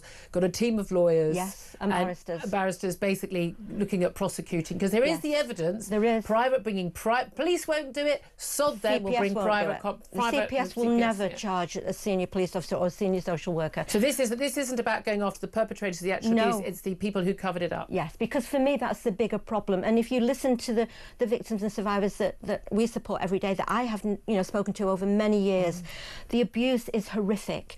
But what destroys them is that when the authorities turn a blind eye, they feel completely alone. And that is where, as a country, we should hang our heads in shame. Absolutely. And I wish I'd not had to do what I've done, and I know I get flack sometimes, but you know what? Never here. We love Do I you. care? I don't, because I'm speaking the truth. And those who don't like it are the ones who should have done something about it. Absolutely. And also, when you tell it, that one story you told us about that 11-year-old, and I can see the faces of my colleagues, particularly colleagues who's also got a child. I mean, and the reaction, I can bring that and dad that's on. happening on a grand scale, and it's happening right now, 100%. today, to thousands of 100%. girls and boys, and it's happening right now, and no one's doing anything about it, because when, again, the person sending those messages, that little girl, will be doing it to hundreds of girls. I mean, I can bring that granddad to speak to you, maybe. He has never spoken out, Julia. I would be very, very, I'd be very honoured to. It's incredible, some of the things that go on. Now, is that part of the issue? Is that people don't want to admit that people can commit such heinous crimes, and they also don't want to believe that the authorities that are there, that we would count on to protect us in our time of need, can't be trusted? I don't think it's people. I think the people know. I think the public know. And I've said somewhere, I can't remember where because I've spoken a lot, but for me, I listened to a bit of that debate in the House of Commons. It was absolutely They waste are of time. like school children. Stop scoring party political points. This is children's lives. Amen. Conservatives are equally negligent. Get together, resolve the problem. Don't be covering it up and corrupt. Get a grip and solve it. And now I think the public are demanding that, actually. Yeah. And it's not going to go away. So, but it's still putting our trust in people who behave like that in the House of Commons is terrifyingly scary, because they're in charge of our country, and watching them like that, I feel like I'm in a school playground. I was disgusted. I am by what I saw yesterday. I am just horrified. Apologies. You can apologise for something you didn't know about. You knew. So an apology will never cut it. You should be in prison, actually, because if you can't trust those who are responsible for our public services and protecting children, who can you? Yeah, if you're a police officer, particularly a chief constable, if you're a social worker, you're working in a care home, or you're a teacher, and what the hell are you doing in that job if you don't want to help the victim of a rape gang? What the hell are you thinking? How do we reverse that culture? I think we need a lot of people going to prison. I think we do. I only want one, because then the message will go to all of them that it might, the current people, it might be me in 10 years facing this, and I might not get my pension. But you know what? Wouldn't it be nice if they just did the right thing because it was the right thing to do? That's the bit I think we're all so flabbergasted by. Maggie, you did the right thing. We love you. I know our audience would just appreciate everything you've done. You and I have been speaking for far too many years about this. And actually, I'm very grateful to you too, because you have always covered this topic. Lots of people never wanted to, but you have. Well, you've given us the tools to try and get that information out, and you've been a fantastic campaigner. I feel privileged to know you. A former Detective Constable, Greater Manchester Police, whistleblower on the Rochdale grooming gang case, Maggie Oliver. Huge thank you to you for coming in as well. Sam Armstrong, just a brief response to you from that, listening to what Maggie's had to say. Well, one of the MPs that was behaving so disgustingly yesterday was Sean Davies, who was in a previous life the leader of Telford Council, and in that now a Labour MP. Now a Labour MP, stood up, made a party political point in the House of Commons. When he was leader of Telford Council, he'd written a letter to the Home Secretary saying there should not be an inquiry into the grooming gang scandal that was going on in that town. This is the problem that we're facing. Almost everybody in authority has risen up through the ranks, covering up this national scandal, and now they're in a position of power, and we're relying on them, the guilty men, to expose themselves, and that's why I fear more cover-ups. I don't trust it for a second. I really don't. Well, look, we're going to take a quick break, and up next we're going to talk to a retired police officer in Manchester about what he thinks about this and this report. As a big thanks again to Maggie Oliver. This is Talk, the home of common sense.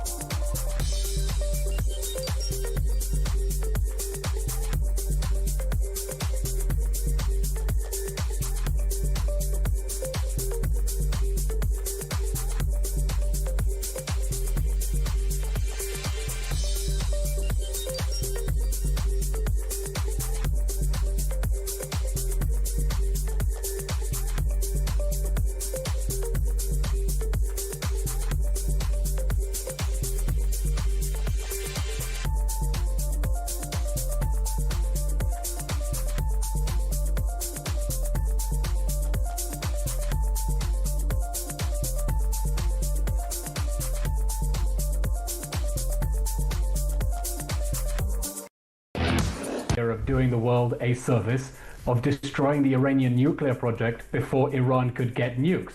But let's not mistake ourselves into thinking that this conflict started on Friday. The Iranian regime has been waging a war of aggression against Israel on 7 fronts since the October 7th massacre. That's when Hamas, an Iranian proxy army, invaded Israel and was then joined by Hezbollah, the Houthis, and other Iranian proxy forces across the region, raining missiles against Israel from every direction. Across the UK, on DAB+, on your smart speaker, on your smart TV, and on your side. This is Talk. Well, good morning once again. Welcome back to the show. Extraordinary interview there with just the utterly brilliant Maggie Oliver, and lots more to talk about. Running a little bit late, but I was going to take one call quickly now because John, not his real name, is in Manchester. He's on the line on 0344 499 1000 to talk about the grooming gangs. And John, you're a retired police officer, which is why you don't want to give your full identity. What do you want to say? What I want to say, Julia, is that no wish to contradict Maggie, but I was an intelligence officer, a field intelligence officer, and also an analyst. And the data is collated for somebody's ethnicity and religion. It was from when I joined in the 1980s right through certainly to the 2000s. And my question is now to Maggie would be, what happened to that data? Yeah. Why wasn't that available to her? This is a massive cover-up at Greater Manchester Police, and I'm quite sure across all police forces. I mean, there's the argument that you can't collate it nationally because they record it in a different way using different codes. It's not beyond the wit of man. And as you say, this data has been collected for decades. They know perfectly well whether somebody. Also, I mean, there are certain names I can take a stab in the dark on what their ethnicity is. Yeah, but there's also the Police National Computer. Yeah. All data around arrested individuals who are charged is put into the Police National Computer. Yeah. So at the highest national level, this data is available. It's just smoke and mirrors that the powers that be are just hiding, saying it's not available. It's an absolute load of rubbish. And I'm absolutely disgusted. And I'm embarrassed that I ever served with Greater Manchester Police. Those are very damning words. John, not your real name, for obvious reasons. Really appreciate you joining us, former Manchester police officer. I'm just going to read you some of the texts and tweets that have been coming in. I promise I'll get some more calls later. Just wanted that bit extra time, I'm sure you understand, with Maggie Oliver. Rod says, do I trust a public inquiry? No, I trust a pack of foxes more with a hen house. The same state that covered it up now wants to investigate itself. Spare me. Linda says, these weren't oversights, they were decisions. Cops, councils, social workers, they chose to stay silent while girls were raped. They chose to let it happen for diversity. A public inquiry won't bring the truth. Yasmin says the only real inquiry will be done by the public, and we already know the answers. We need prosecutions, not pamphlets, names, not narratives, no more cover-ups. We want justice. Amen to that, Yasmin. And Isla also says politicians covered it up, doubt we'll see any justice. Clara says need to be independent, fully transparent, no stone unturned, and nobody given immunity. Yeah, that's the other issue, isn't it? And Finlay says it's not a proper inquiry. They would just say lessons need to be learned. I mean, that was one of the first phrases that the Shadow Home Office Minister Matt Vickers used, and I have to say, almost guffawed on air. Whenever I hear that phrase, I know nothing's going to be done, and you know that too. 11:35 is the time. Up next, going to talk about what's going on between Israel and Iran. Is America about to get involved as Donald Trump has left the G7 summit earlier? We'll find out up next. This is Talk, the home of common sense.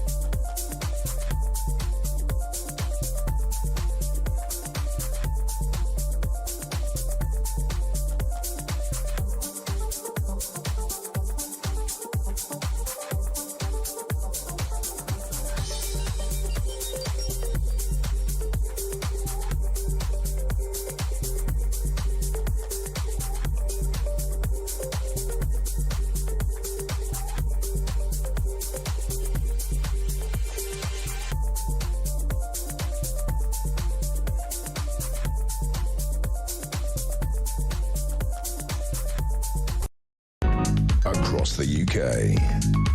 On DAB+, on your smart speaker, on your smart TV, and on your side. This is Talk. This is Talk, the Home of Common Sense. 11:37 is the time. Let's turn our attention briefly, because I know lots more calls coming in, lots more messages coming in about the grooming gangs. I promise we'll get back to that again very, very soon. But let's talk about where we are with the Iran-Israel conflict. We're on the 5th day now of missiles hailing between the two countries. Donald Trump has left the G7 summit in Canada early. Emmanuel Macron had tweeted that it was because he was trying to broker a ceasefire. Donald Trump made it very clear that wasn't what he was looking for. He has said he's not looking for a ceasefire. What he said was, we're looking at better than a ceasefire. When asked what's better than a ceasefire, he said a real end, not a ceasefire, an end. Flying back on Air Force One to Washington, he told reporters, right now we're doing pretty well. Remember, Iran cannot have a nuclear weapon.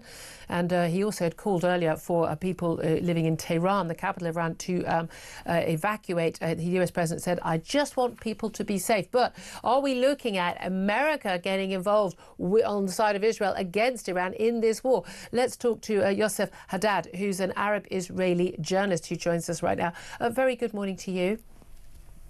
Hello, good to be back on the show, Julia. Thank you very much for joining us. Well, look, I mean, it came as a surprise. It would appear to quite a lot of countries, including country leaders, including our own Prime Minister, when Israel launched this attack on Iran, taking out their air defences, taking out some massively senior figures, the scientists, the military, the head of the Revolutionary Guard, and others, apparently with plans to, at one point, take out the Ayatollah Khamenei. I have to say, I don't think there would have been any great loss there, and I think many of the Iranians would have been cheering for that, although apparently vetoed by Donald Trump, that last act. But do you think it is likely that America will enter into this conflict and join in the attack on Iran?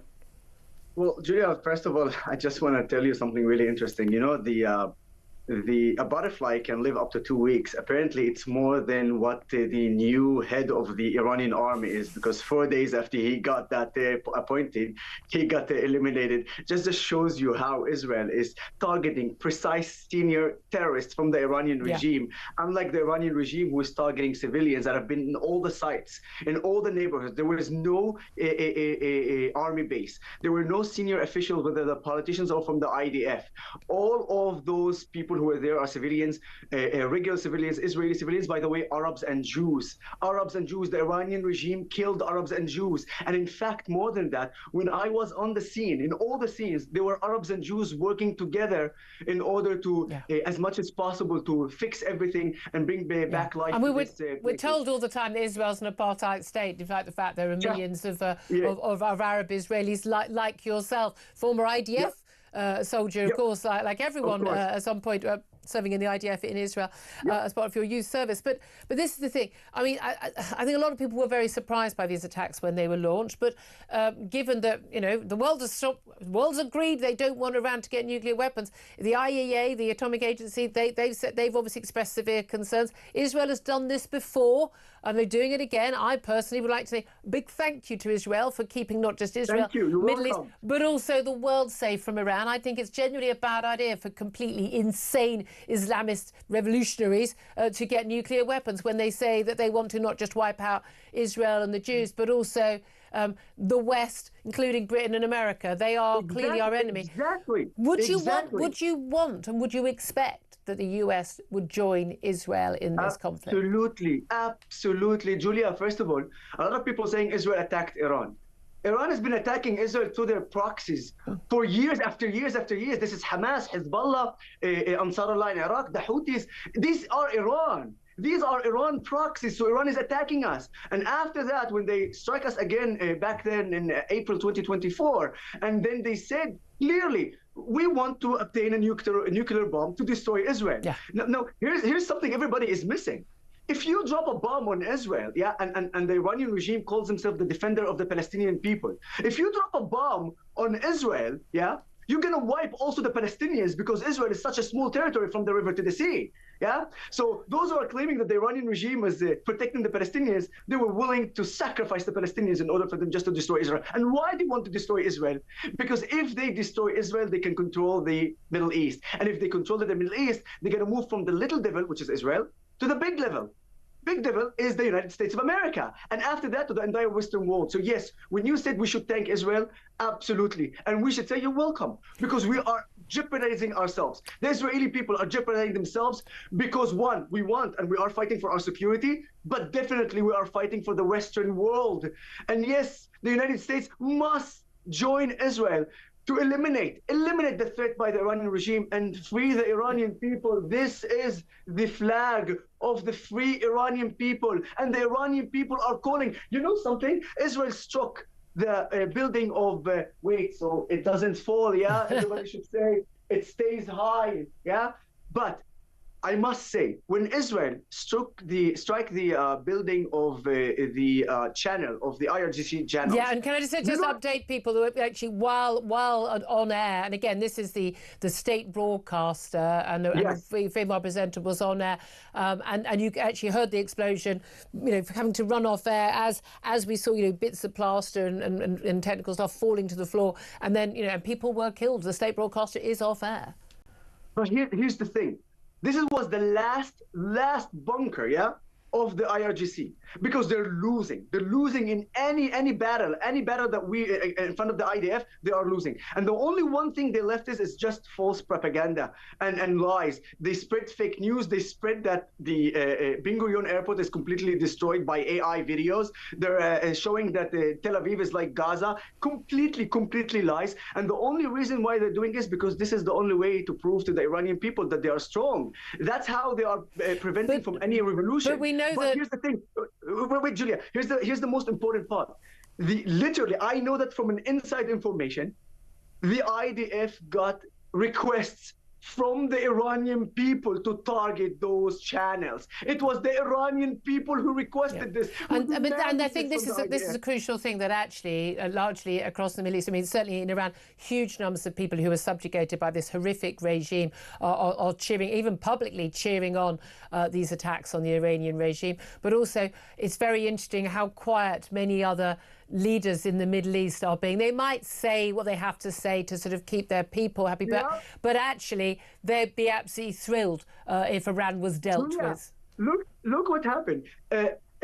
Peace activists from Europe came to Egypt to try to go to the borders to Rafah. They were kicked by the Egyptians, and you'd see them, why are you doing this? And they thought they're, you know, coming to I don't know where, but suddenly it struck them, because once they arrived to the Middle East, then they realized how the Middle East works. Second, Jordan is intercepting missiles for us as well. Yeah. Okay, and trust me, Syria and Lebanon threaten Hezbollah. If you do anything, by God, we will punish you. This is Lebanon, Syria, Egypt, Jordan. Yeah.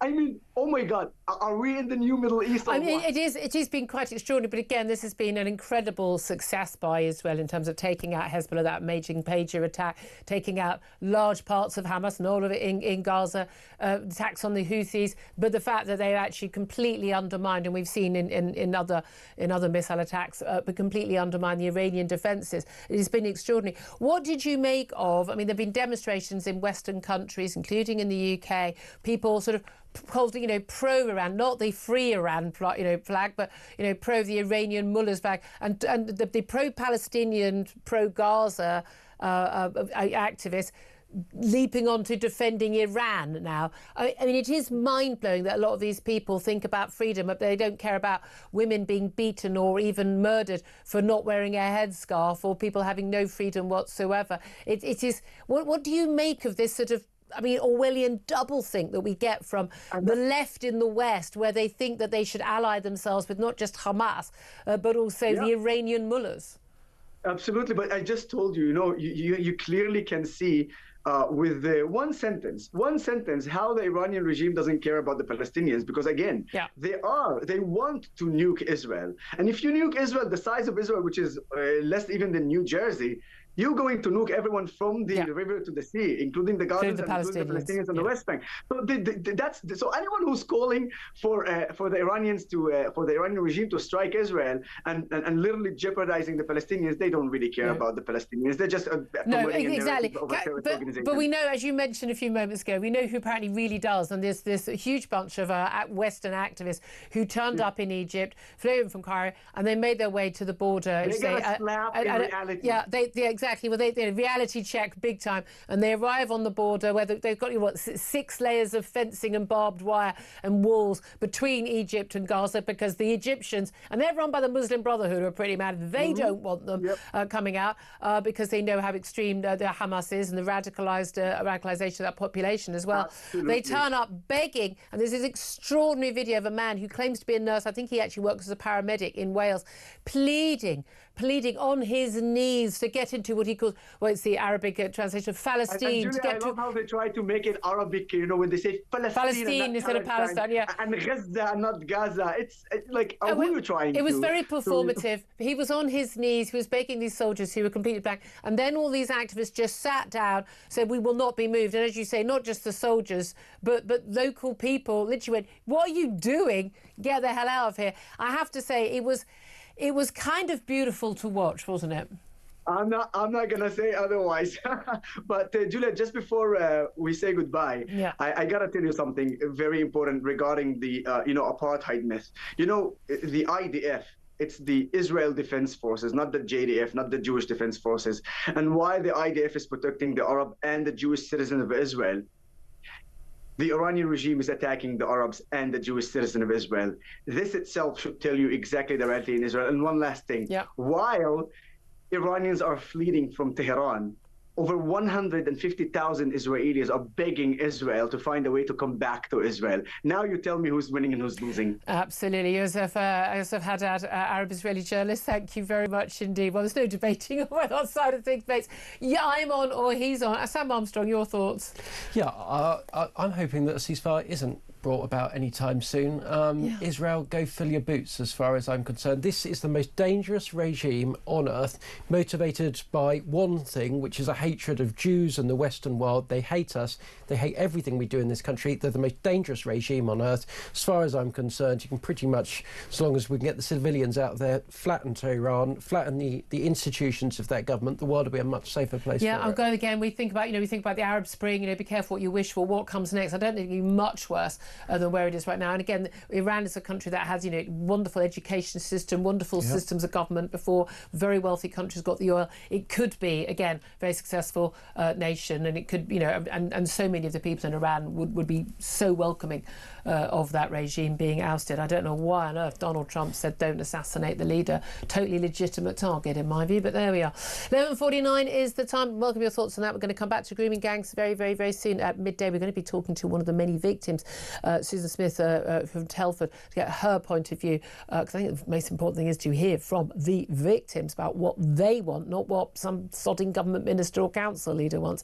Up next, though, we are going to be talking about Oxford Street, world famous Oxford Street. Sadiq Khan, the London mayor, wants to pedestrianise a bunch of it. Well, is that really going to make the difference between this crumbling, once absolutely glorious street, and bring it back to life? I wonder. Well, that's up next. This is Talk.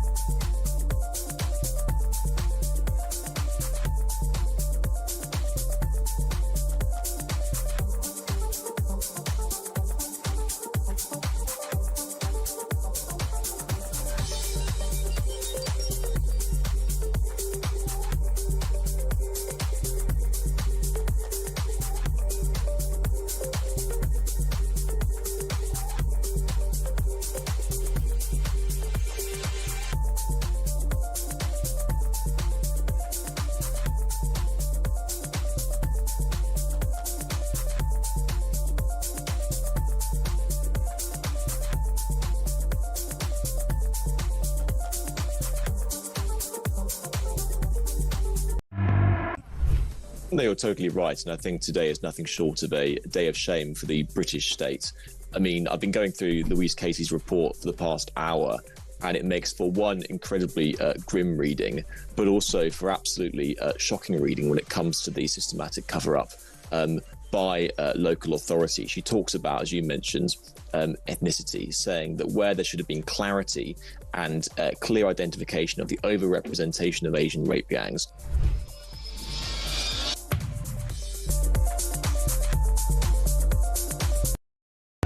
across the UK, on DAB+, on your smart speaker, on your smart TV, and on your side. This is Talk. This is Talk the Home of Common Sense with me, Julia Hartley-Brewer. Let's get straight to my next guest, who's Susan Hall. She's the leader of the Conservative group at the London Assembly and a former mayoral candidate for the capital city as well. A very good morning to you.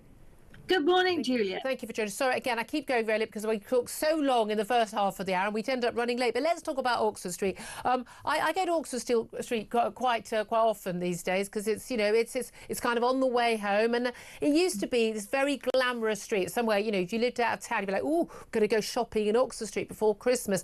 Massive, big, you know, world famous department stores, very glamorous. Now it is already just a sort of pale imitation of what it was. I mean, with a load of really sort of cheap, nasty stores selling sugary, you know, snacks. It's just vending machines and all that. It's no longer what it once was. Do you think the solution to that is, as Sadiq Khan, the London mayor, reckons, to pave over it and pedestrianise it? No, I'm afraid I don't, Julia, and I certainly don't agree with Sadiq Khan taking it over. There was nothing wrong with the local council dealing with it. In actual fact, when the Conservatives were in, they had a plan. It was a fully funded plan. Everybody agreed, from whether they were local residents or the businesses. And that's what was the plan? It was extensive. To go through it now, they had lots of different ideas. It was all ready. It was all ready to go. But he's come in and said he wants to take this over, which is unusual. He's using some special powers, isn't he? But here's the thing: for years and years, it'd be really, really congested, and then the rules came in, not just the congestion charge, but also other rules to sort of make it really hard for people to drive along large parts of Oxford Street. Now, I mean, when I'm on there, there's barely any traffic, there's barely any buses, barely any taxis. It's virtually empty already anyway. But we're going to spend an absolute fortune of taxpayers' money, and yeah, guys, it is coming out of people's taxation nationwide, because ultimately councils are funded nationwide as well, to pedestrianise it. We're just going to make life a little bit nicer for some foreign tourists, are we? But is that going to make any difference? Well, there's two issues there. Firstly, I've just come back from Oxford Street, and of course your black cabs are there all the time. They actually transport those with disabilities because they can put wheelchairs in and everything, and also buses. And it was quite busy with black cabs and buses today. They'd have to go. We don't know where they'd go. If they go to the local roads all around, they are gridlocked, Julia. As you know, London is gridlocked under this wretched mayor with a 20-mile-an-hour zone, cycle lanes, and God knows what else. The other aspect to your question is the funding. Of course, he's come out with this massive, I will take this over and I will pedestrianise it, because obviously he's looking for a legacy. But as you know, with the spending review, no money or virtually nothing came to London. But so quite right. London's had more than its fair share for many decades. Well, I dispute that, obviously. Well, rubbish. Billions and billions and billions more have gone to transport projects in London, over and above. The North and the Midlands and the Southwest desperately crying out for the most basic transport links. And to be fair, London makes billions and billions for the rest of the country. Well, we're helped by the fact we've got great transport links. But that aside, I don't know where he thinks he's going to get the money from. It's all very well announcing all of this, and something does need to be done, as you've been pointing out. But if you look at crime, if you look at a massive street like Oxford Street being pedestrianised, I can only imagine crime will get much, much worse there, because you haven't got moving traffic, you haven't got an ability to get emergency vehicles in there quickly. Local people are very unhappy about this because of the congestion all around and the But the main thing is, there's an awful lot of people who live in inner cities, whether it's London or elsewhere, and then go, oh, there's loads of traffic. Well, of course there is. You're in a big city. If you don't want lots of traffic, go and live in a nice little, little quiet bit of Somerset. I mean, mean, I never understood why people are shocked. Like, and if you don't want to drive in because of the traffic, don't drive in. But if you do, you can do it. Seems to me, you talk about disabled people. Well, you have to be on good earnings to be able to afford a black cab these days in central London. But the key thing is, but lots of people do actually need to have transport links. If you've got kids, you've got heavy shopping, you don't want to walk from one end to the other. I know they're looking at only like pedestrianising one section of it, but it's a mile long. A lot of people wouldn't be able to manage that walk. So don't we need to have cars on it? Well, you're making my point for me, because there are disabled, there are people with children. They do need to get access to the shops for the shops to be successful. And pedestrianising such a large area, I don't think is a good idea. But at the moment, the businesses are desperate for something to happen, and it just keeps being delayed and delayed. But the Mayor Khan, taking this over when he's made such a hash of everything else he goes near, I do not suggest it's a good idea. It doesn't bode well. Can I ask you, I've only got a tiny bit of time, just quick, the grooming gangs, we keep talking about, it's like some 50 towns and cities across the country where it's happening. I never hear London mentioned. Why is it not happening in London? Or is it happening in London and no one's talking about it? Well, if it is happening, they're not talking about it, and Sadiq Khan refuses to discuss it and wonders what I mean when I actually ask him the question. So who knows? So you have raised it with the mayor? Because I just find it unbelievable that it's happening in Telford and Oxford and in Manchester and Liverpool, but it's miraculously not happening in London. Just miraculously not. Well, at a mayor's question time, I asked it. It's all over Twitter and Facebook at the moment. You'll be able to go and see. There's been nearly 1 million views on it. Yes, I've asked him, and he asked me exactly what I meant. That tells you everything, doesn't it? It really does. Susan Hall, she's a leader of the Conservative group at the London Assembly, former mayoral candidate. Thank you so much. Sam Armstrong, just really briefly, should we pedestrianise part of Oxford Street or not? I think it's the wrong road to pedestrianise. I'm actually broadly in favour of pedestrianising nice high streets. I do think you can sit outside and it's nicer, but Oxford Street is the wrong road. I tell you what, it's an arterial route. It will be the home of bike theft from people nicking phones. They'll be going up and down there on their e-bikes, nicking everyone's phone. So it's already beggar city already, isn't it? Look, up next we are going to be talking to a former survivor of abuse. We're going to talk to her up next. This is Talk.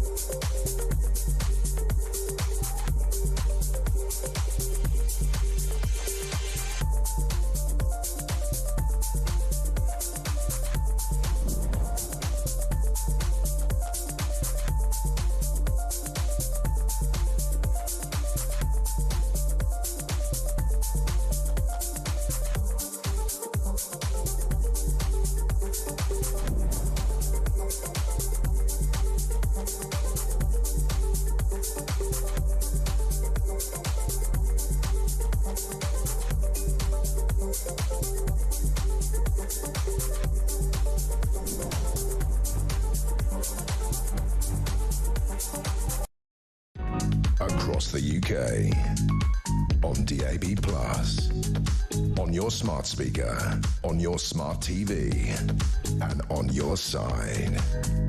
This is Talk.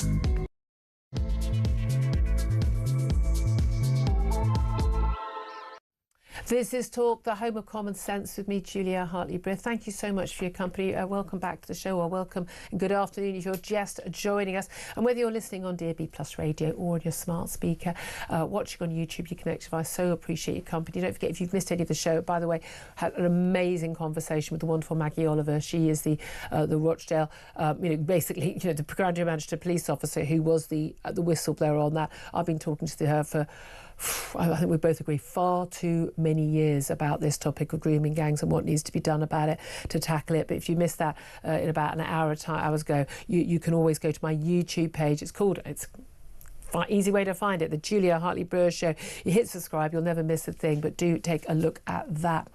Coming up in just a few moments, we will be talking to survivor of grooming in Telford, Samantha Smith. This, as a review of grooming gangs by Baroness Casey, was published yesterday and accused public bodies, including not just local councils and police forces, but the Home Office as well, of covering up sickening evidence of Asian grooming gangs for years and shying away from dealing with uncomfortable questions about the ethnicity of rapists for fear, she said, of appearing racist. The hard-hitting audit on grooming gangs by the Whitehall troubleshooter also warned that right now, in live police investigations into child sex rape gangs, there are a significant proportion of asylum seekers and foreign nationals who are suspected of involvement. We're also going to be talking in this hour about a proposed change to the law to decriminalise abortion up to birth. It's going to be debated in the House of Commons today. Currently, abortion is allowed up to the first 24 weeks of pregnancy in this country, far later actually than most other European countries, and beyond that only in certain circumstances, including if the woman's life is in danger. Proposed change, though, aims to prevent women from being prosecuted for terminating their own pregnancies right up to birth. We'll be talking to a doctor who supports that move. I have to say, that goes way too far for me. Plus, we're going to be talking about the council, which apologised for any upset caused after a letter was sent to parents by a head teacher, which implied that the Union flag, our national flag, could be seen as potentially offensive or sectarian. These people are stark, staring mad and a danger. We'll talk about all of that. Delighted to say commentator Sam Armstrong is still with us in the studio. Before we talk to our next guest, Sam, news are absolutely dominating the airways. I know a lot of the media is still going. There's a lot they're talking about in terms of what's going on with Iran, Israel. We talked to a guest about that. We're going to save a lot of that for another day. This grooming gang report from Baroness Casey has really been a game changer. We're going to be getting a national public inquiry. We've got a lot of U-turning by the government. Only a few moments ago, you were basically far right, and you were jumping on a far right bandwagon if you wanted a national public inquiry. Now, no. Baroness Casey thinks there should be one. Well, they're now Keir Starmer and Yvette Cooper, the Home Secretary. They're absolutely in favour of it. But did we learn anything new in that inquiry, that audit by Baroness Casey? And if we did, why have we suddenly got the decision that we are going to have a public inquiry? There was nothing in that report that we did not know already. And I don't know about you, but I did not need a fancy baroness to tell me that it is not okay for gangs of Pakistani men to rape young girls just because they're white, working class and from a difficult background. I didn't need to be told that it's the job of the police, it's the job of local authorities, when they find out about this stuff, to deal with it properly, to fulfil their basic function to keep people safe. Yeah. And it says something, Julia. It says something about this country, about the way that we are governed, that we needed this report for politicians to take it seriously, that even now we fear that there won't be justice because it will be politically inconvenient for the Labour government to publish a report about child sexual exploitation against certain communities conducted by other communities in the run-up to the election. How many girls, how many children needed to be raped before Keir Starmer was prepared to act on this properly? It seems like an infinite number, because until this moment, we saw Labour politician after Labour politician, lefty figures in the media, sneering, snidely saying that this was a far-right dog whistle, that this was somehow an unacceptable topic to talk about. No, Julia, it was a national stain, it was a scandal, it was a tragedy, it was a disgrace. It happened for years and years and years, blindly obvious to anyone that was prepared to look, and nothing happened. Yeah. It says something. It says something that it took this moment before our politicians were prepared to do the bare minimum that we could expect of them. And again, what are we going to find out from this? I'm asking you today, as local councils, police and social workers covered up evidence of Asian grooming gangs for years for fear of appearing racist. That's according to Baroness Casey's review. Do you trust that a public inquiry will uncover the truth? Tell us why you think it will, why you think it won't. Give us a call on 0344 499 1000, text on 87222, or get in touch on X at talkTV. Calls are charged at the national rate. Text costs £1, standard network rate message. Well, let's talk right now to, one of the most important people involved in this, the many, many, many thousands of victims of those grooming gangs. Samantha Smith joins us. She's a survivor of grooming in Telford. Very good afternoon to you, Samantha. Good afternoon, Julia. Thank you so much for joining us. You've been a powerhouse of trying to move this issue along, speaking out for many other survivors as well. Can I put the question to you that we're putting to the audience? Do you trust that a public inquiry will uncover the truth? I think it will uncover a lot of truth. I don't think that the action and results that many will be hoping for, including myself, will come from a national inquiry. I think it's the first step in a long line of fixing broken promises and mending divides and failures and betrayals to survivors and victims across the country. You know, I'm in my very early 20s. I know Sammy Woodhouse and other victims who are 20, 30 years older than me and experienced a parallel failure to that which I lived through in Telford. And I'm also supporting 17, 16-year-old girls in my hometown who are still being abused, who are still being targeted and groomed. This isn't a historical crime. This is happening right now, today. It'll happen tonight and it'll happen tomorrow. And this is the concern a lot of people have. Certainly the messages we're getting in from people, really people have got no faith this is going to happen. I think partly because, a Prime Minister who says, no, you're just a far-right bandwagon jumper if you want a public inquiry into this, who is the Director of Public Prosecutions. Yeah, he did do some stuff later on he did some good stuff when he was there to actually, get some more investigations. But he was still there when stuff wasn't being done that should have been done to try and root out these gangs and save girls and get these people behind bars. But no one really trusts someone who's been against taking action, that he's now going to appoint somebody and have the terms of reference and the rules and the time scale that will actually deliver anything, because otherwise we're just going to get a report in God knows how many years' time. They'll say 3 years, but it'll be longer, and then everyone will say the lessons will be learned, we're shocked by it, and we're back to square one again. Absolutely. We've seen Rotherham, Rochdale, Telford, the Oldham local inquiry was the only one to be confirmed back in January. Banbury, insert your town name here. It feels as though we have seen a succession of reports that say the exact same things, that expose the exact same failings that we knew about all along.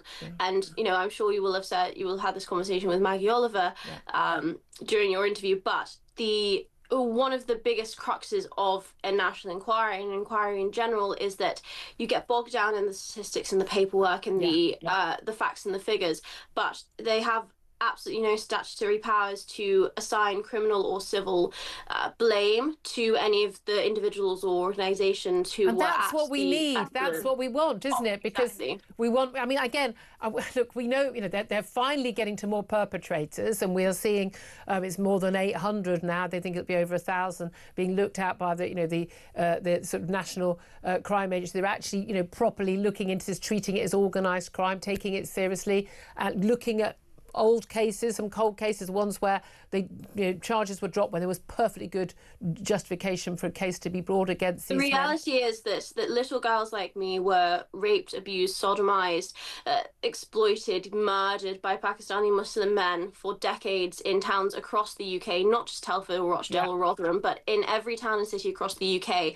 And an inquiry will do some good in stopping those in power from being able to peddle the same lies about perpetrators being mostly white, etc., etc. But the only way that we are going to stop other little girls like me experiencing what I did and what thousands of other little girls experienced is if those at the very top are held to account, if those at the very top are no longer allowed to mark their own homework on their failures.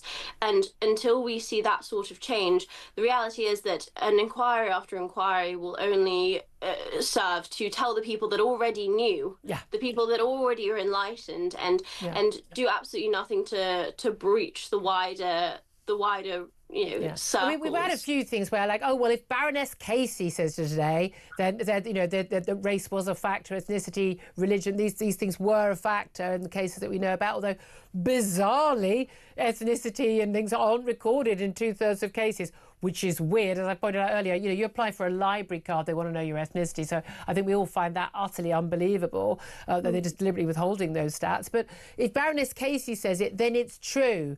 If X or Y says it, then they're just a racist or Islamophobe or the others. But talk me through what happened to you, because your grooming started from the age of 5 years old.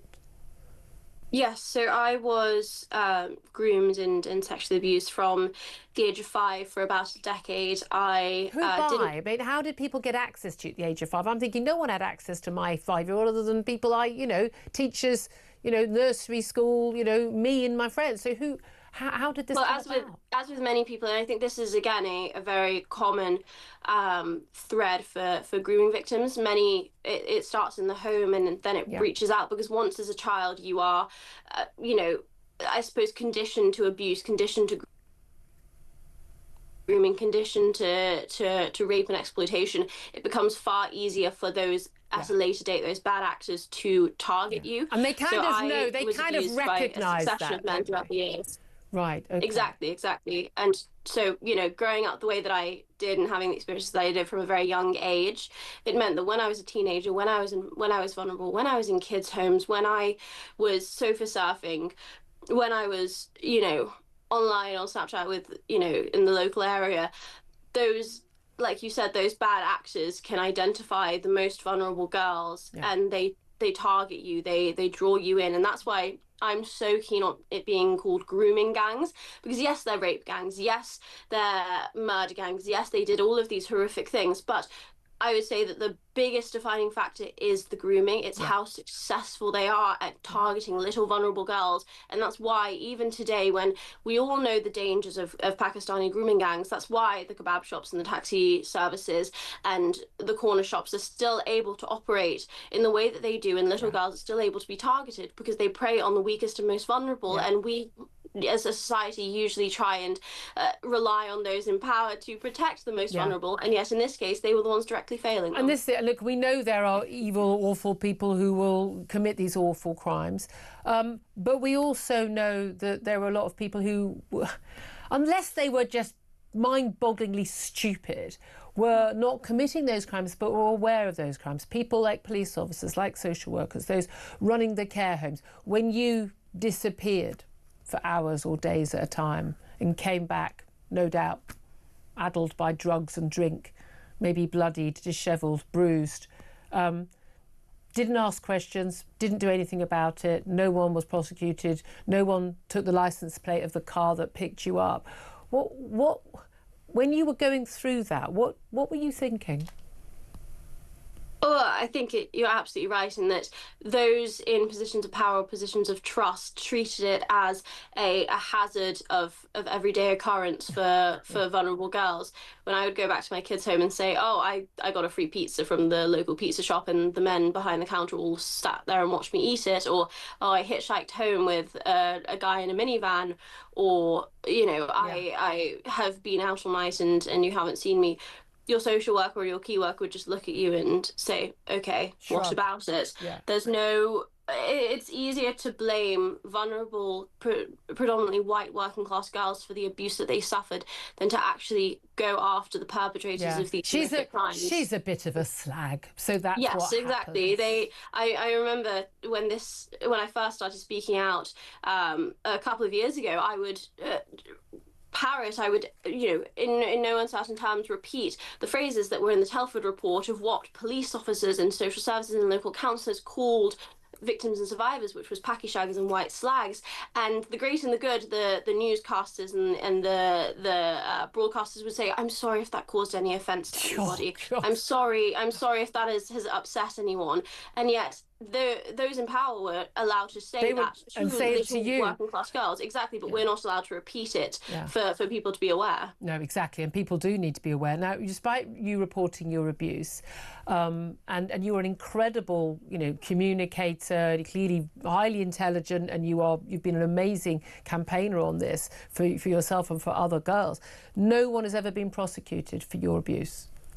No. Do you know their identity? Yes, 96.4% of rape cases in Britain never reach the courtroom, and mine is no exception to that. Do you believe there is enough evidence to prosecute the men who abused you, at least some of them? At least some of them, absolutely. But there is this general apathy and this approach of the Crown Prosecution Service that if it happened more than 6 months ago, even if it happened less than 6 months ago, at the end of the day, you're a little white working class girl, or I'm mixed race, but you're a little working class girl telling bad stories about men who have done nothing wrong as far as they're concerned, because they don't already have a criminal conviction. So they automatically assume that you are a bad witness, or you are, somehow going to. If you're already in care and you've got, drink and drug abuse issues, and that they can write you off as you're just not reliable. And exactly, and I was, I've said this in 1,000 times over, I have been able to speak out the way that I do because I already had a career in journalism, because I speak the way that I do, because I look the way that I do, because I have the education that I do, because I was in school, I wasn't doing drugs, I wasn't drinking, anything like that, but the number of girls exactly like me who have been silenced and ignored and victimized because they didn't speak and sound and look the right way. And if I wasn't able to get justice, if I wasn't able to be listened to, if I was ignored and shoved off into a corner as one of those girls, then what hope to other girls? Exactly. Absolutely. Well, look, Baroness Casey has been giving evidence to the Home Affairs Select Committee today about her report, and she suggested, and this was actually something that Vivek Cooper had mentioned in Commons yesterday, that a national statutory inquiry into the grooming gangs should have a deadline of 3 years. I mean, that would be incredibly short for inquiry of this sort, given the scale of the abuse. I would welcome it being that short, but realistically, given the rights of anyone who's accused of anything to get their lawyers involved and have, months to respond and the like, do you think that's likely that in 3 years' time we could, assuming if someone's appointed quickly, you think they might be on the case on this quickly, that we could actually have that report? I think that any inquiry will have a stated deadline and a realistic deadline. It tends to be about double what is about 1.5 times the length that they say it will be. I think Baroness Casey, as far as it goes, there's been a lot of doubt about Baroness's leading inquiries, but as far as it goes, I couldn't think of anybody better to be at the helm of this. Because, I mean, the only person to have shut down Rotherham Council in response to their failure to tackle grooming gangs, as far as it goes for someone in power, I would much rather her than Sadiq Khan. I'll just say that. Yeah. And I think that, an inquiry... Again, Baroness Casey is right that a 10-year inquiry like the Alexis J one will not serve to protect victims in the here and now. I think that a statutory inquiry, a national inquiry, is absolutely necessary, but it needs to be part of a wider package. Maggie and I, for example, are heading up a campaign to bring private prosecutions against key organisations and individuals. And, the Rupert Lowe rape gang inquiry is planning on still conducting some of their work and collating the testimonials and assisting where they can with the inquiry. I don't think that a national inquiry is the be all and end all, and we should be it shouldn't delay a saving grace. It should delay prosecutions of perpetrators, or indeed investigation and prosecution of those who covered it up. Just finally, I want to ask you about the Labour MP for Telford, Sean Davies. He was in the Commons yesterday, and I think quite extraordinarily, and you drew attention to this online, he blamed Rishi Sunak and Amber Rudd, so former Tory Prime Minister, former Tory Home Secretary, for blocking, he said, an inquiry into grooming gangs in Telford. But in fact, it was he, when he was the leader of Telford Council, who organised a letter to the Home Secretary at that time with 9 other council leaders calling for there not to be a public inquiry into Telford. I mean, this is the level of madness we are at.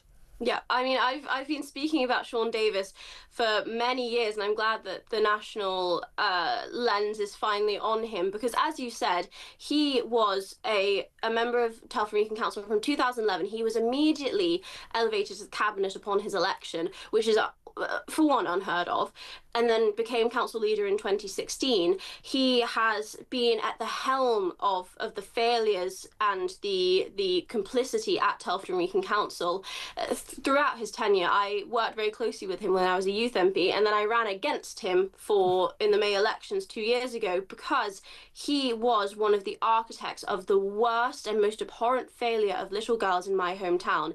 He oversaw the failures that led to me having no justice from my abusers, and for him to stand in Parliament now as Telford's MP, once the council leader, now the MP in the highest chamber in the land, and completely mislead Parliament, to say that Rishi Sunak, who at the time was a junior minister, not even junior minister, a junior MP, and Amber Rudd, the Home Secretary, that they were responsible for blocking inquiry that he and 9 other local powerful men, so this is the Chief Executive, the Police and Crime Commissioner, the Cabinet Member for Children and Young People, all men who said, quote unquote, and it's on tape, it's recorded, them saying that it was made up on the back of a fag packet or exaggerated to sell a book. Him saying that anyone else is responsible for the failure to bring an inquiry but himself is an utter disgrace. And this is pretty bold stuff from me, but I absolutely believe that he's unfit for public office. He should be in prison, not in Parliament. And I'm glad that finally the lens of public scrutiny is falling on this man. OK, Samantha Smith, strong words there. She's a survivor of grooming in Telford. Thank you very much for taking the time to talk to us. I very appreciate that. Sam Armstrong, your response to that? Not a single public official, police officer, social worker or anybody at any level in authority has ever been brought to justice for the abject failure to investigate at the most basic level blatant criminality that went on under the noses of the authorities for decades. They cannot say they didn't know. They did know. They knew. They brought these women back. Not women, forgive me. Girls. Girls. Yeah. Time and time again to their abusers. They enabled it. They allowed it to carry on. At times they sort of almost arranged the logistics for it. Yeah. It's still, that's the thing, I think for a lot of people, I think, especially when you're a parent, it kind of defies belief so much, why people can't believe it. But you need to believe it because it happened, because these girls are not lying. Sam Armstrong, thank you. We're going to take your calls, lots coming in, lots of texts as well on this. Do you trust the public inquiry will uncover the truth? Doesn't seem to be much hope, does there, from people who know about this stuff, which is, by the way, everyone in government. 12:25 is the time. Give us a call, 0344 499 1000. This is Talk.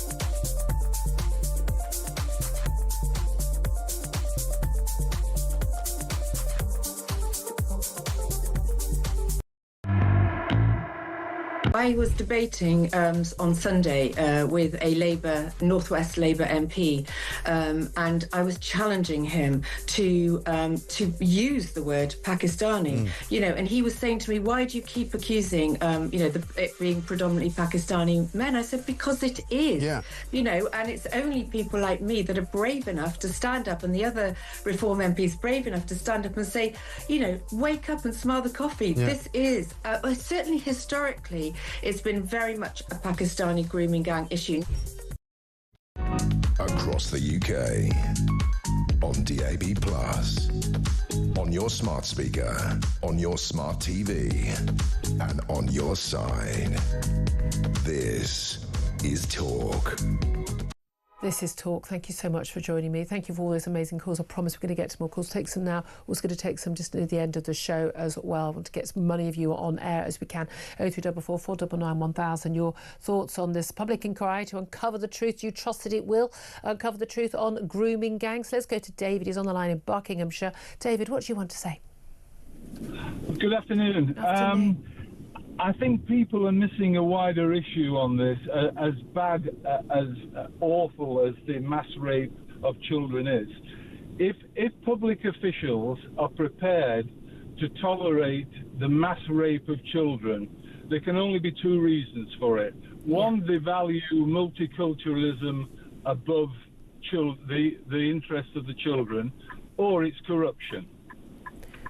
Well, my other thing is, I just think anyone who's willing to cover up someone doing that to a kid must think it's not wrong, in which case is that what they're doing too, is my other question. Well, that could be a question as well.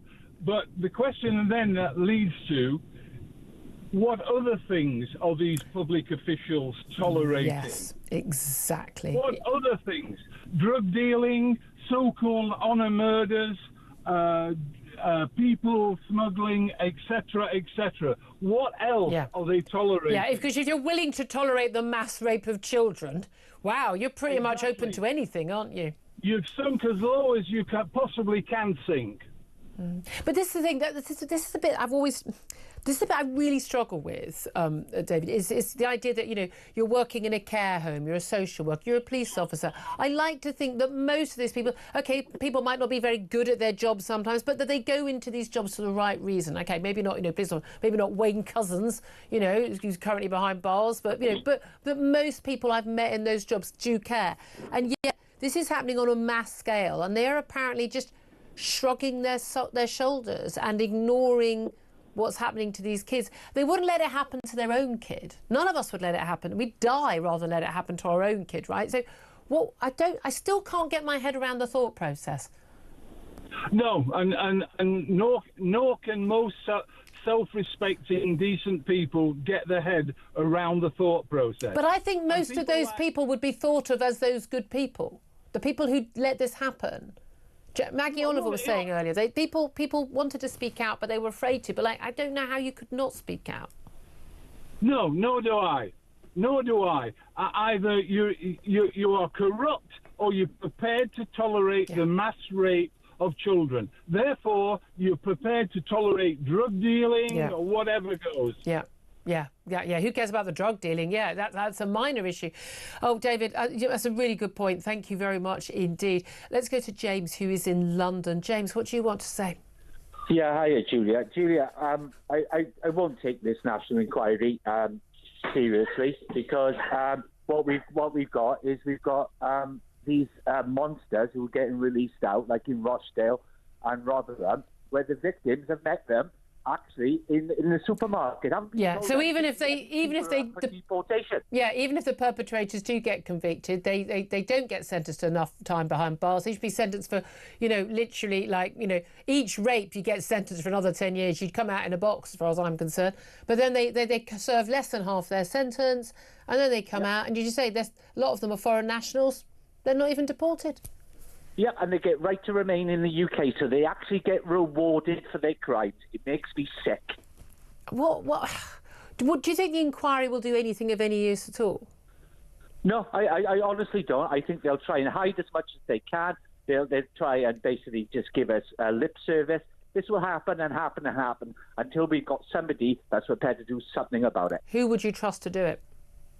the former North East prosecutor, is it Afzal? Nazir Afzal. Well, he was someone who actually, he went in. Yeah, the thing is, he has been wonderful in speaking out. And that my worry now is he's kind of a little bit too party political. And he's a man who I've admired for many years, but he's got very party political and sort of shouting far right at everybody, which is not where he used to be.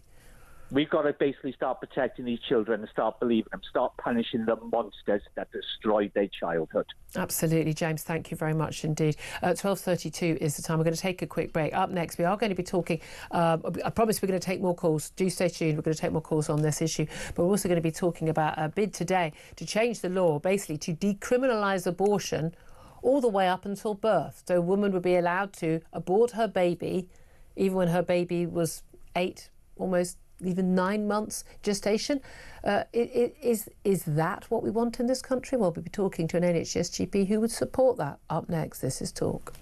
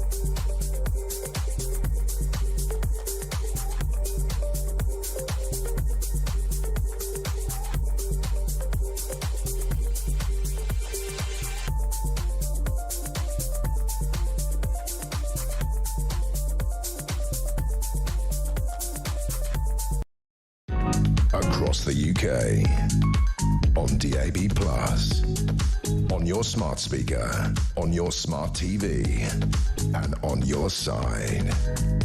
This is Talk. This is Talk, the Home of Common Sense. 12:35 is the time. I'm Julia Hartley-Brewer. We're going to take more of your calls on grooming gangs coming up very, very, very soon. Sam Armstrong's still here as well.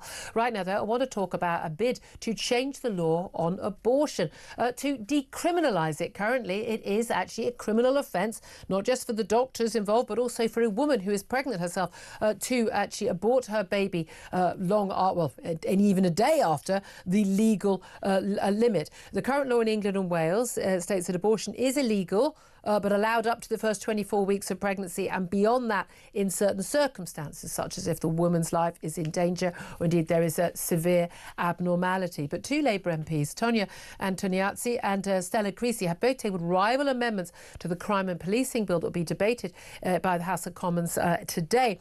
And normally there's a free vote on moral issues like abortion, so it's not a party line issue. But basically they're slightly different, these amendments, but they would allow a woman who basically is pregnant and aborts her baby at 5, 6, 7, 8, even up to birth at 9 months, not to be prosecuted. Well, let's talk about this with Dr. Sonia Adesara, who's an NHS GP and spokeswoman at Doctors for Choice UK. Good afternoon to you, Sonia. Afternoon, Julia. Thank you for having me. Which of these two amendments are you and the people you represent at Doctors for Choice UK supporting, and tell us why? Yeah, we're supporting MP Antonia's amendment, NC1, And I think there's a lot of confusion about these laws and about abortion provision in this country. So I'll just to clarify for your viewers. And I think actually maybe a lot of your listeners may not realise that abortion hasn't been decriminalised in this country. Many people don't actually realise that abortion remains a criminal offence. So abortion remains a criminal offence under a law dating back to the 1800s, where women can face potentially life imprisonment for suspected illegal abortion. Now, women and doctors can be protected from that prosecution if they were to have an abortion under the parameters dictated by the 1967 Abortion Act. So that says for a woman to have an abortion and be protected from prosecution, she needs to have 2 doctors for her to sign to have that abortion. It needs to have happened from a licensed abortion provider, and it has things like time limits stipulated in that act. Yeah. Now, today, we're not changing that act. There's no change to the Abortion Act. So there's no change to how we provide abortion care, how as clinicians we provide abortion care, and how women access abortion in this country. But what we're doing today is taking women out of that legislation from the Victorian era. Because I think, most of your viewers would probably agree that being governed by a law dating back to the Victorian era. Well, no, lots of our laws date back to that era. I don't think that's relevant at all, how old the law is. If the law's right, the law's right. The law's wrong, the law's wrong. And the reason why we've been actually campaigning for this now for many years is because in recent years, we've been seeing increasing numbers of women being investigated and prosecuted for suspected illegal abortion. So we've had women who have had, let's say, a miscarriage or a stillbirth, and let's say previously they had searched for abortion online, then they've been referred to police, facing year-long police investigation. We've had police turned up at maternity wards, women's homes being searched, their phones confiscated, their children being taken away. We've had 6 women being taken to court, and 1 woman faced an imprisonment sentence. And the reason why we believe that it's really important that we stop these prosecutions of women is that, I guess, whatever your personal views are on abortion, I think, most of us believe that, I guess, in a civilized society like ours, it's not in anyone's interest for us to be putting women in prison for ending their pregnancy. And for these women that have had, for these women that have been accessing abortion, and for some of these women, if you look at their situation, they've been in extremely difficult circumstances. So for those women that are seeking abortion, they need to be shown compassion, they need to be shown care. Okay, and they need to be able to go I accept that, but you kind of lost me, and I'm going to guess quite a lot of my audience just near the end there. Look, abortion's not a good thing. It's sometimes the least worst thing that could happen. It's always a sad occasion if a woman feels that she needs to abort her child. And I haven't gone through it myself, but I have lots of friends who've done it, and it stays with them for life. However, there are some women who move to abort their children when it's not legal to do so, past the 24 weeks, when there isn't an abnormality, when there isn't a risk to their life. And as much as I believe in the woman's right to choose, I'm a feminist through and through, card-carrying feminist, at the end of the day, there is a point when a woman has a right over her own body, but also a child accrues some rights as well. Now, many people, Catholics for instance, would believe a baby assumes those rights from the moment of conception. I don't personally agree with that. Some people talking about, we've seen what's happened in America, some abortion rights, at 6 weeks. Most women don't even know they're pregnant at 6 weeks, or even 12 weeks. And again, 12, 14 weeks around the norm in Europe. Again, I think that's too low. I think women need to have time to make decisions about such important things. But certainly after 24 weeks, when more babies become viable and can be saved if they are born that early, it seems to me to be very clear that a baby has accrued enough rights that the woman no longer has the right, no matter what her circumstances, to abort that child if that child is healthy and viable. It seems to me that whether you're in a domestic abusive situation or you've been raped or anything like that, I'm sorry, but the child has now accrued rights, and it is important that the child's rights are also recognised. I don't think that's an extremist position. So, Julia, the vote today is not changing time limits, so it doesn't change. It is. It does. It's not changing time. Well, limits. No, doctors aren't allowed to abort, but the woman will be allowed to get a pill, lie to the doctors online, and say she's not pregnant. Well, no, we're not changing that. We're not changing the Abortion Act, so we're not changing what a woman is allowed to do. What we are doing is stopping women from being prosecuted and being sent to prison. But you don't think that? Look, a woman who killed her baby the day after her baby was born would be prosecuted for murder. But a woman who kills her baby the day before her baby is due to be born, that would be okay? I don't think that's going to sit right with the British public. Regards to late abortions, so the first thing to say, the vast majority of abortions are early abortions. Very early, yeah. The vast majority happen very, very early. Later abortions, when the minority that do happen, and they do, and actually you can, in this country there will be abortions that happen after 24 weeks as well, and that's often when it's happening. These are extremely difficult circumstances when, let's say, the woman's health or the fetus's health is at risk. So sometimes late abortions do have to happen. And actually, I don't think this language of, I think actually this can be quite unhelpful, because we actually stigmatise. Well, yes, because when you kill a baby, I mean, look, I had Sonia, I had 4 miscarriages. I know what a baby at 12 weeks looks like. Okay, a lot of people aren't aware. I also know what a baby, 20 weeks, 24 weeks, what they look like. I don't think that the vast majority of people in this country, and particularly the vast majority of women in this country, think that a baby that's just not born yet but is 6, 7, 8 months, who's perfectly healthy and viable, I don't think they would think of it as anything other than murder. Let's call it what it is. You take another human being's life, it's murder. It doesn't matter whether they're attached to you by an umbilical cord and they are viable outside the womb. So again, this when the small number of late abortions that do happen, and it's tiny, it's a tiny number. It's very tiny, but when they do happen, and it's horrendously difficult for the mum and that family to have to go through that, and it will be very complex situations, often very complex medical situations that's happening there. And so I don't think actually stigmatizing and shaming those women. We're not stigmatizing, because if it's a medical situation, there's no stigma attached. They're going through a tragedy. We have to what I need to quite emphasize, we're not changing time limits in this law. We're just stopping the prosecution of women. But a woman should be prosecuted. But a woman should be prosecuted if there's no reason to end her pregnancy, not for her life, not for the baby or the disability. And lots of people disagree with that, I understand, but that's my position. It seems to me that a woman should be prosecuted. If you bought your baby at 7 or 8 months and there's no medical reason for that, yes, I think you should be prosecuted. I would like you stigmatised. I think you're a baby killer. I think, Julia, I guess language like baby killer is also very unhelpful. Well, you're killing a baby. I think baby killer is a reasonable phrase to use. For anyone having an abortion, that language is further reinforces difficult emotions and sometimes the stigma and the shame that women undergo.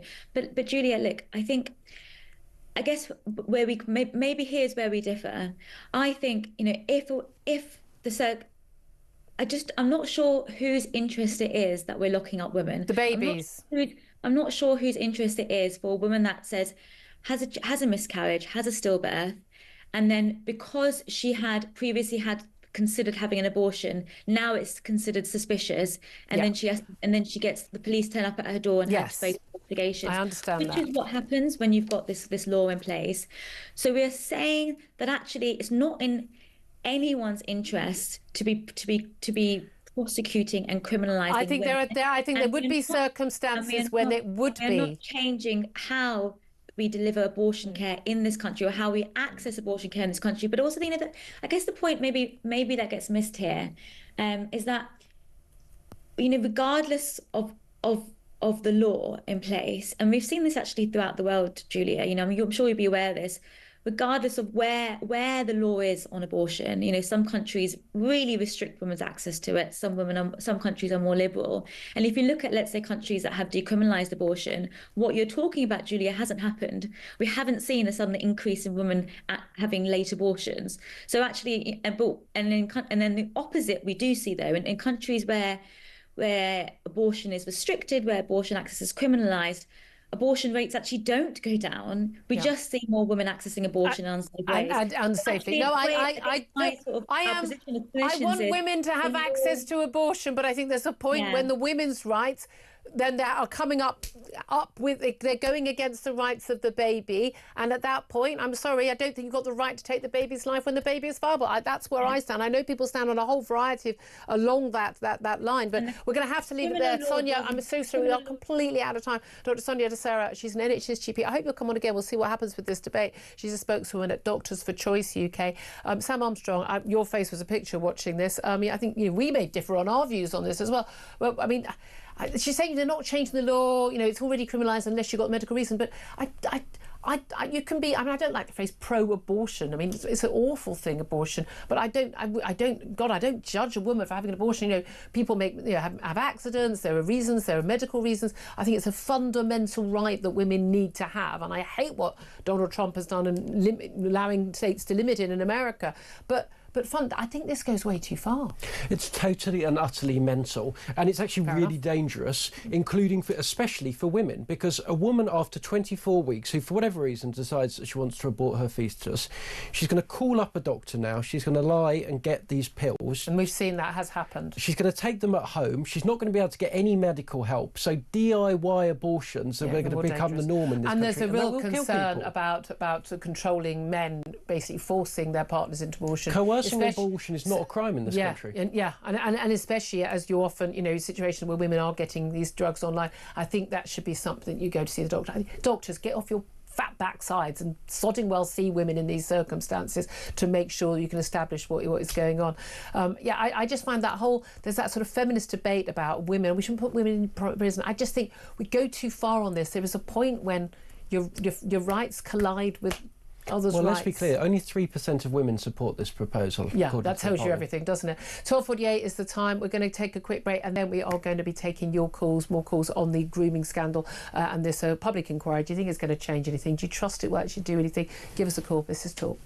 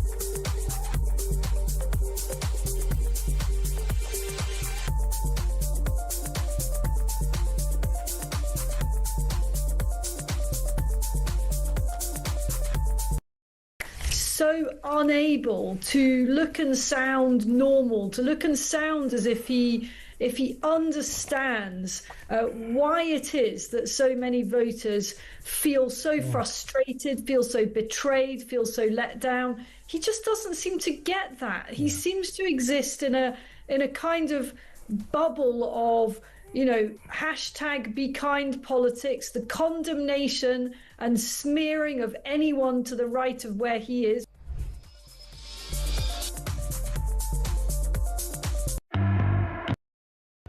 Across the UK, on DAB+, on your smart speaker, on your smart TV, and on your side. This is Talk.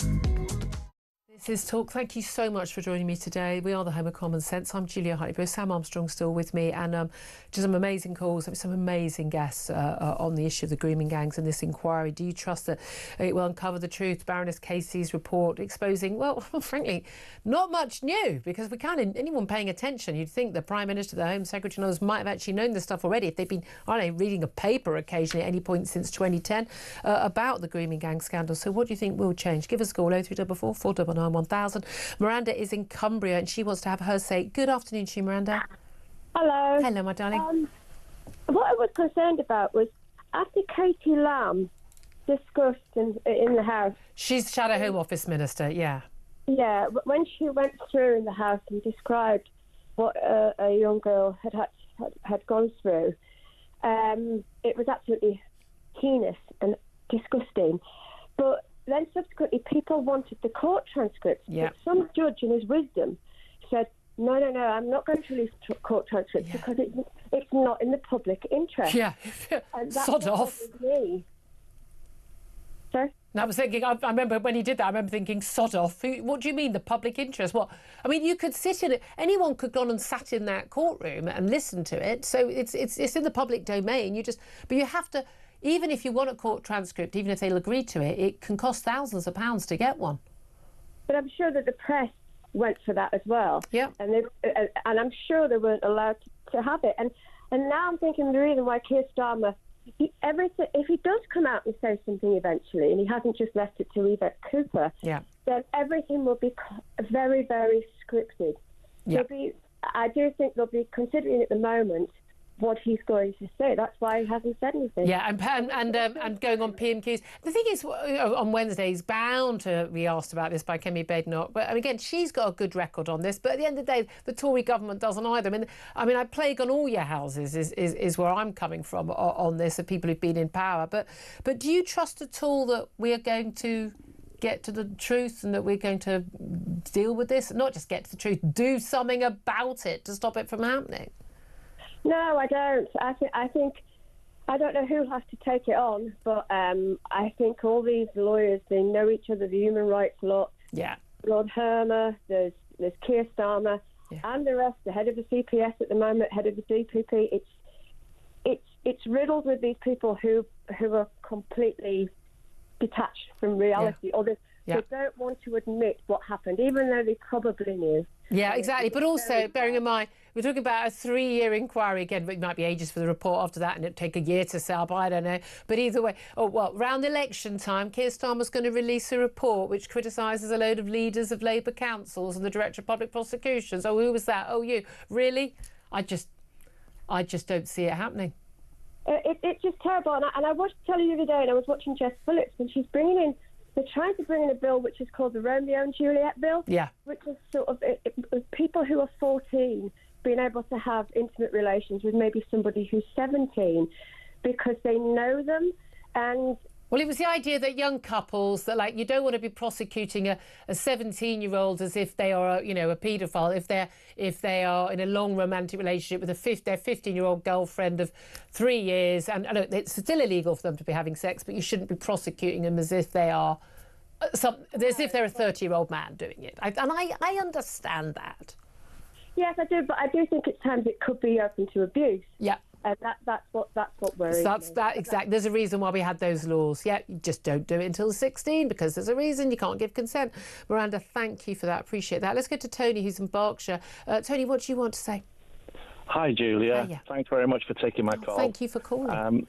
What I wanted to mention was I believe that the government now, or if not the government, at least certain people within the government and other MPs are reaching the precipice of their careers about this, because I've been listening to this Mike Graham this morning and yourself, and it's the situation is intolerable. I really don't know what to think about it.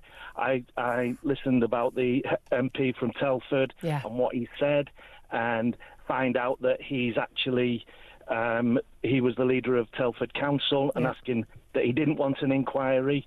And then I watched the interview with Dominic Cummings, and he quite openly said how when he was at the Home Office, he knew there was cover-ups going on, and basically he did nothing about it. He didn't say anything. He didn't. I think it was education then, but again, it was about the homeless. But again, it was fascinating that he talked about it, and that even the reporter didn't say, "And what did you do?" No one. If you know something, you should do something about it. I find that you know that children are being abused. Yeah. It doesn't matter the fact that you know that children are being abused. Yeah. And you do nothing. You just sit there and you think, well, if I say something, my career's over. And that should be your number one concern. Tony, thank you so much. I really appreciate it. I'm going to get a couple of texts as well. Fred says they should not just lock up the gang members, they should lock up counsellors, police, social workers and politicians who covered it up and allowed it to go on and throw away the key. Mike says this goes extremely deep. Even as we speak, the enablers will be burying and eliminating the evidence. I hate the people who helped cover it up as much as the savages who did the raping. And as Stuart said, while Labour is in power, no inquiry can be trusted. We have no idea how far up the political, police, civil service ladder this goes, but while those people are still in their jobs, there will be cover-ups and redactions. There will be no justice. Final word to you, Sam Armstrong. What a disgraceful state of affairs that sitting in our Parliament, making these decisions, is a former official who was leading one of the councils where the worst abuse occurred. The Labour Party promoted him, pushed him up the ladder. He's there making the decisions, gleefully, smugfully making accusing. The party political point scoring yesterday I found repulsive on both sides, I have to say, and it totally demeaned our democracy and really ignored the needs of the survivors, didn't it? Joined by now by Ian Collins, who's in for you from 1 o'clock, and I imagine, of course, this is going to be a major topic back up on this. This is going to be one of those, just somebody called it the laws of incremental consequences or something. Yeah. Nobody will take they'll say, no, this bit I had nothing to do with. That was another department, and it will mission creep thing. So nobody will take. There won't be one person who says, yes, I orchestrated isn't. And exactly, that's the thing. The main thing is, I saw people saying, keep the lawyers away from this. I mean, I'd happily have Louise Casey do this. Let's have somebody who we know absolutely never hangs back. 100%. And listening, as Sam was just saying, the fact that there's one